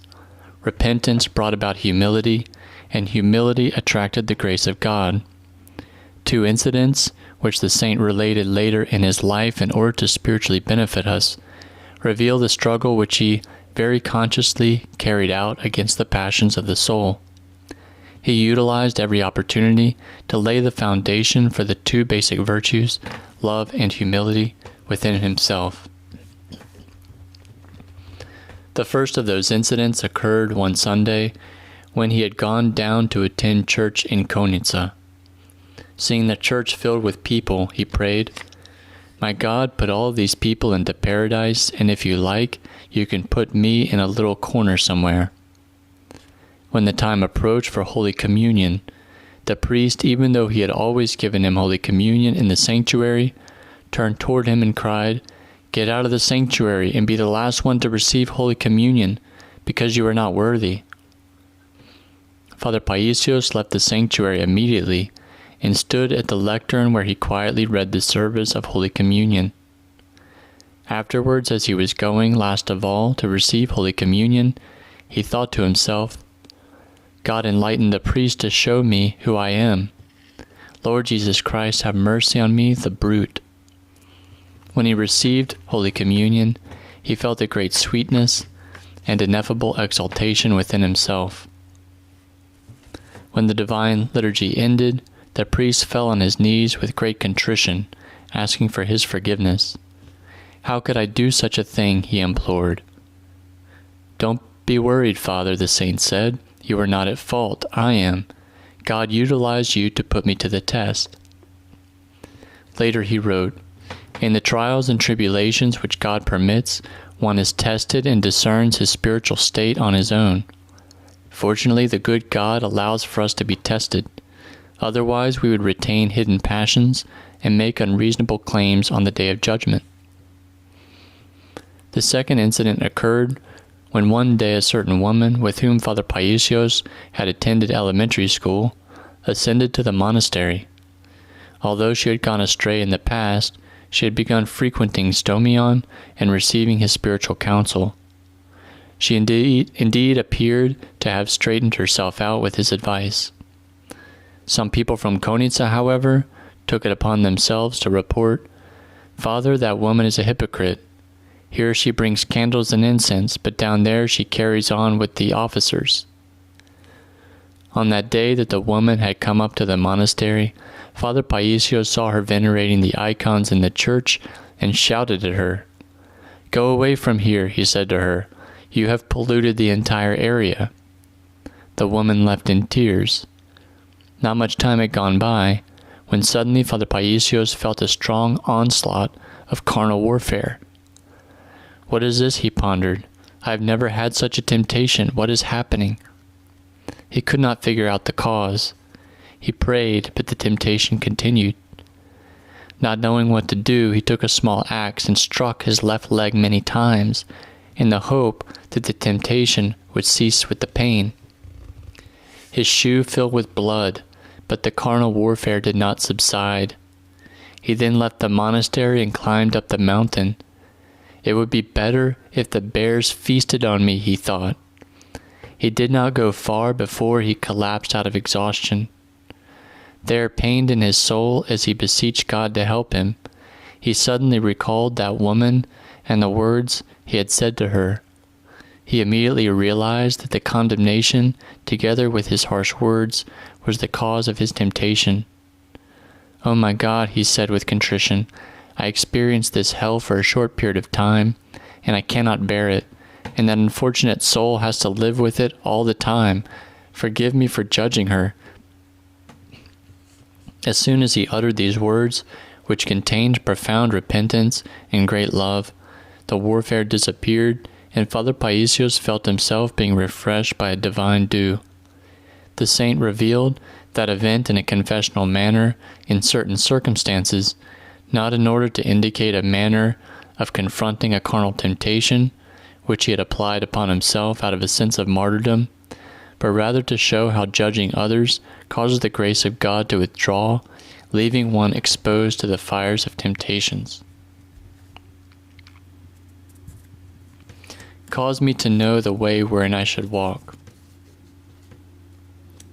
In 1962, the mayor initiated the process of creating a highway from Konitsa to the monastery of Stomion, as well as the construction of a hotel and the installation of a rack railway to connect Stomion and the highest peak of Tymphy Mountain called Gamala. In May of that same year, the study of the entire project was entrusted to a Swiss engineer. A Greek engineer who had gone up to Stomion to take measurements, while speaking one day with Father PAISIOS, said, "Father, you will see a lot of people here. Many people will be coming here." "What do you mean, people?" he responded with a sense of worried concern. "The monastery requires hesychia, and tourist centers cannot be established here." "To some people of Konitsa," he said, "as soon as they bring the bulldozers here, I will leave." The truth is that Father PAISIOS was thinking more and more about his departure from the monastery of Stomion. His vow to Panagia had been fulfilled. The people of Konitsa, who had been misled by Protestantism, had been re-established in their Orthodox faith, while he himself had often had to confront conditions that took him out of the spiritual atmosphere in which he preferred to be. Moreover, the matter of the check from the Ministry of Culture had grieved him greatly, as did the secular manner in which the feast day of the Panagia was celebrated each year at the monastery. On the eve of the feast day in 1962, the people from Konitsa carried on with their customary celebrations. Father PAISIOS was so distressed over the matter that he could not stand it. After Vespers, he set out for a small cave, which he had formed in the retaining wall of the garden. It had an opening like that of a small oven, before which he had placed a large branch to conceal it. His sister Christina, seeing him going in that direction, said, "Where are you going?" "To that hole in the ground. It is damp in there. If you want quiet, go and sit in the church." And seeing that he was not paying any heed to her, she added, "You were well there on the holy mountain. You had once written to me that you were content there, and I had believed you and was at peace with that. But what I see you doing here now will make me not even want to see a monastery." Those final words from his sister made him think that he must expedite his departure from the monastery of Stomion. When the festival had ended, Christina, together with another young lady, who was the only one of 3 sisters that had remained unmarried, stayed behind to help him with the tidying of the area. When everything was in good order again, the girl most graciously said to Father PAISIOS, "If you need us, Father, we can stay and do some more work." The Philotheou-filled offer of that soul really moved him, and because he had no other way to repay their kindness, he went into the church and prayed for that girl with all of his heart. "My Panagia, you must make provision for that girl, for I have nothing to give her." When the girl returned home, she found a very good man there, waiting to propose marriage. "Oh, how well Panagia provided for her," the saint remarked later in life. "I rejoice more for that than I did for when Panagia helped and the cement sufficed to finish the work." Thus the saint went about doing good, Acts 10:38, until his very last days at Stomion. Having decided to depart, he prayed fervently for the next 3 days, beseeching God to indicate the way wherein he should walk. Psalm 143:8 or 142:8. On the afternoon of the 3rd day, Father Damianos, a hierodeacon from Mount Sinai, visited him because he happened to be in Greece at the time and was getting in touch with some young men who were thinking about going to Mount Sinai and from there to do missionary work in Africa. Footnote: Father Damianos subsequently became the Archbishop of Sinai. It was from those young men that he had heard about Father PAISIOS and gone to Stomion to meet him.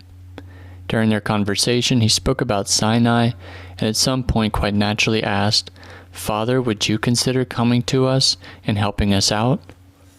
Father PAISIOS accepted the offer immediately. "This is God's answer to an issue that has been preoccupying me," he said. He gave his identity card to Father Damianos in order to have the necessary papers prepared and began to prepare for his departure. The first thing he took care of was the transfer of the sacred relics of St. Arsenios from the monastery of Stomion to the home of his brother-in-law, Vasilios Kitsos. He placed them in a safe spot and asked that a vigil lamp be kept burning before them. He also went by his paternal home to bid farewell to his parents and his siblings. His mother, in tears, said, "Won't I see you when it is time for me to die?" Father PAISIOS answered, "If it is time, you can die now." That rather harsh response wounded his own sensitive heart first, and he repented for it. But it does reveal the absolute detachment of the saintly father. On September 30th, 1962, Father PAISIOS informed the bishop and delivered the funds and the keys of the monastery. On the final night, he kept a vigil before the sacred relics of St. Arsenios, and in the morning he departed from Konitsa. He left in obedience to the answer of God, who fulfills the desire of his faithful servants. Psalm 145 or 44, verse 19. On the rocky cliffs of Stomion, Father PAISIOS went through fire and through water. Psalm 66 or 65, verse 12. And God brought him out into a fruitful place. Psalm 65 or 66 verse 12. Or a large place. 2 Samuel 22:20, Psalm 18 verse 19, or 17 verse 20. To a land of Hezekiah and the vision of God in the desert of Sinai.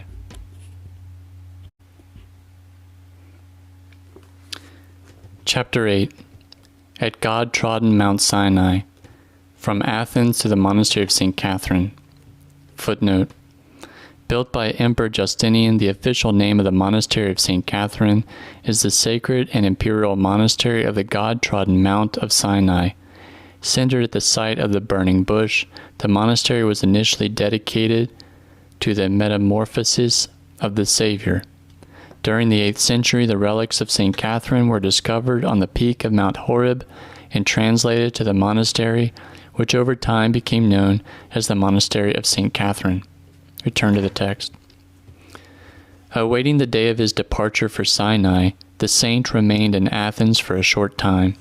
Some young men who knew Father Damianos and wanted to become missionaries came to meet Father PAISIOS. His incorporeal appearance made a great impression upon them, and his few words, filled with the grace of God, touched their hearts and kindled a divine yearning within them to follow the monastic life. Therefore they visited him frequently, and he accepted them with love, gave them brotherly counsel, and shared their problems and concerns. Some of them, seeing that he had a breathing problem, arranged for him to undergo some medical examinations, which indicated that he did not have tuberculosis, but suffered instead from extensive bronchiectasis. Footnote.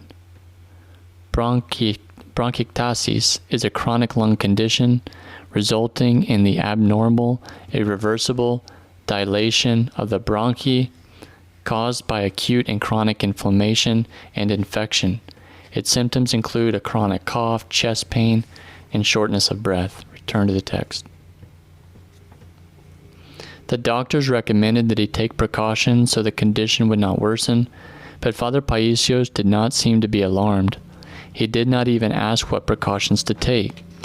Furthermore, he was not going to allow anything to thwart his journey into the desert he had so longed for. He traveled by boat to Alexandria, and from there went to Cairo, where he received hospitality at the dependency of the monastery of St. Catherine. At that time, Porphyrios III, the Archbishop of Sinai and abbot of the monastery of St. Catherine, lived there permanently, and he invited Father PAISIOS to his table every day. In respectful obedience, he of course went, but reservedly ate very little. When the necessary preparations had been made for the rest of the journey, he departed by car for the monastery of St. Catherine, along with 2 other travelers. At Suez they stopped for a meal, but Father PAISIOS did not eat anything. He cut only a small lemon which he had with him. Although it was almost dry, he placed it on his tongue for some refreshment. They continued their journey, having on their right the Red Sea, and on their left the desert of Sinai, where there is nothing but sand and granite rocks for many kilometers. Since his childhood, Father PAISIOS had longed for one thing only, to live as a hermit.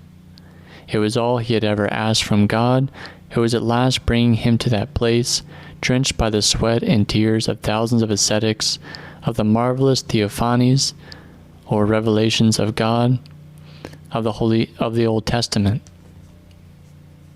In the middle of the Sinai desert, in a narrow valley, between the mountain of Horeb, where the holy summit is at a height of 2,300 meters, and the lower mountain of St. Epistemi, stands the monastery of St. Catherine. Father PAISIOS arrived there on the afternoon of October 24th, 1962, on the old calendar, and the fathers of Sinai gathered in the Arkantariki to welcome him. He was very thin, his head bent over like a ripe stalk of wheat, modest, a man of few words, and carried only one monastic bag. Afterwards, the Economos, one who manages the household of the monastery, showed him to his cell, where there were just a few items: a bed with a mattress and pillow, 2 sheets and 2 blankets, 1 electric lamp, 1 kerosene lamp, matches and candles. Waiting for him there was also the Bedouin who would serve him, as was the custom then at the monastery. Father PAISIOS, however, told him that he did not need him, and a little later returned the mattress, the pillow, the sheets, and the electric lamp to the Arenos. "Why don't you keep these few things which are necessary for you to live here?" he asked him. "I am a sinner," he answered, "and I have come to live ascetically for my sins, not to live with even a little comfort." "And how will you live with the problem you have with your lungs?" the Arenos asked him. "God and St. Catherine will protect me," answered Father PAISIOS modestly but confidently. At that time there were only a few monks in the monastery, 3 or 4 elderly ones and 2 or 3 younger ones, including Father Damianos. No one had any solid monastic training, and so the monastery lacked monastic order. The common refectory had been abandoned, so the monks ate food the Bedouins prepared and took to them, each in his own cell. Tourists from all over the world arrived at the monastery, even late at night, and stayed overnight in the guest rooms, which were located near the monks' cells. Since there were no restrictions, immodestly dressed tourists entered the church, even the sanctuary, to take pictures. Father PAISIOS felt deep pain over the laxity that prevailed in that ascetic place, and attempted to convince the fathers to initiate some monastic order. They immediately reinstated the common refectory, in which he himself participated, diminishing his strict fasting for just a bit. In time, the fathers took more measures, such that an authentic monastic spirit returned to the monastery. In the meantime, some of the young men who had met Father PAISIOS in Athens came to Sinai. Although they had been preparing for missionary work, when they arrived there, some of them started becoming agitated. "What are we doing here in Egypt, where Nasser is?" Footnote: Gamal Abdel Nasser, Prime Minister of Egypt, 1954 to 1970. "He may even have us killed," they fretted. Father PAISIOS was as perplexed by their apprehension as he was by their fear of contracting illnesses from the Bedouins. "Is it reasonable for you missionaries to be afraid of Nasser and germs? How will you be able to progress in your work?" he told them. And when he noticed that one of those young men had given his laundry to be washed by a Bedouin, he was altogether astounded. "And what are you doing instead?" he asked him. "I am reading the commentaries of Panagiotis Trimbelis," the young man answered. Footnote: Panagiotis Trimbelis, 1886 to 1977, a professor at the University of Athens School of Theology. He produced commentaries on the 4 Gospels, the Acts of the Apostles, the Epistles, and on a few books of the Old Testament. Return to the text. "I gave him my laundry in order to have more spare time, but I pay him." "Oh, that's all we need, for you to not even pay him," the saint retorted sternly. "You may get yourself some time, but will you get the gospel? As a matter of fact, it is you who should be washing the Bedouin's clothes and serving some invalid or abandoned person, since you want to be a missionary. That is how the gospel is applied, not by sitting and reading and having others serve you." For Father PAISIOS, the foundation of spiritual life is sacrifice. So it was inconceivable to him for people who wanted to dedicate themselves to God not to have the spirit of sacrifice. He himself was ready, even there, as he had been on the Holy Mountain and at the monastery of Stomion, to, as he said, die joyfully engaged in spiritual and ascetic discipline and working hard for others. From the first day he had arrived at the monastery of St. Catherine, he was in perpetual motion. With the zeal of a novice, he participated in the work undertaken together by all the monks. While as carpenter, he assumed various other chores requiring carpentry skills, such as the restoration of an old wooden olive press. At that time, at Sinai, there were 2 men working on the restoration of the icons, and when they needed a helper, Father Damianos recommended Father PAISIOS. "He is a good carpenter and can help you," he said to them. The next day, upon entering the work area, a smiling Father PAISIOS commented, "That I am a monk does not mean that I have forgotten the trade of carpentry." And he continued, "We sleep on wood in this life, and in wood we depart this life." He appeared emaciated, but he had a great deal of strength, and helped them by masterfully planning some ancient icons that had become warped. As always, he worked diligently, but at the same time soaring with divine Eros. He never ceased yearning for the blessed life of the desert, and the desert was very near. It stretched beyond, just outside the walls of the monastery, ready to welcome him into its spiritual embrace.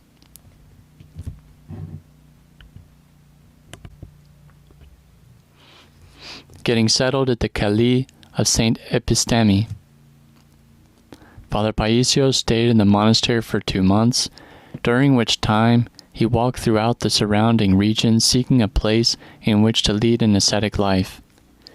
Finally, what he had been longing and asking for years, he found in a small Calais, almost opposite the monastery, on the mountain of St. Epistemi. The Calais consisted of a small chapel dedicated to St. Galaction and Epistemi, and a small cell built right next to the chapel. Footnote: 200 meters above the Calais is the cave where St. Galaction had lived ascetically, and a little further back had been a skeet where St. Epistemi had led an ascetic life with other women. They are commemorated on the 5th of November. Return to the text. It had been abandoned for years, which was why Father PAISIOS made a few necessary repairs, without changing its ascetic appearance at all. In December of 1962, and with the blessing of the Archbishop, he settled in the Calais. There, day by day, he added prayer upon prayer, asceticism upon asceticism, hardship upon hardship, as divine Eros took hold of his mind and his heart. He later commented, "At Sinai, I truly lived monasticism. I was completely alone." When he was ready to leave the monastery in order to settle permanently at the Calais, he told the fathers that he would come down after 15 days. They were worried, of course, because in those days no one lived in those isolated ascetic dwellings. Moreover, it was winter, and they feared he would not endure the cold. For in the desert, while it is warm during the day, the nights are extremely cold. "Will you endure living up there?" they asked him. "I will beseech God to help me," he humbly answered. Indeed, without the help of God, it would have been impossible for him to have endured. As soon as he went up to the Calais, he was immediately and fiercely attacked by the devil. For the first 4 days he had to endure terrible warfare. The demons held him upright with his arms outstretched, and he felt as if he had been nailed upon a cross, and simultaneously also felt that he had been completely abandoned by God. When they let go of him, he fell down, almost unconscious and unable to move. He later commented about it, saying, "It was such a powerful force, being so ferociously stretched, it cannot be described." With that trial, the devil was trying to make him say, "If I have to confront such warfare now in the beginning, imagine what I will have to endure later," and as a result to abandon the effort and leave. He did indeed think of leaving the Calais, but he resisted the thought, saying, "I will die here." And he did not descend to the monastery until the 15-day period had been completed. After he had descended, as he approached to receive Holy Communion, the moment the priest put the holy spoon into his mouth, He not only saw the Holy Communion as flesh and blood, but also sensed that he had received flesh and blood that were most sweet. At the same time, sweet tears streamed from his eyes, and an ineffable exultation overflowed in his heart. He then had a feeling of great strength and divine power, as if God were telling him, "I am with you, do not be afraid." That feeling fortified him spiritually and gave him such courage that after the Divine Liturgy, when he glimpsed the Calais of St. Episteme from afar, he told the devil, "Now if you want, come to fight." He later remarked, "From the moment I persisted and had said, 'I will die here,' God helped me. If I had retreated, the devil would have never given me an instant of relief." Palikaria is required. During those 4 days I prayed, but the demons did not depart. God permits us to undergo tests and trials in order to struggle. It is in the struggle that one's disposition, his self-denial, can be seen.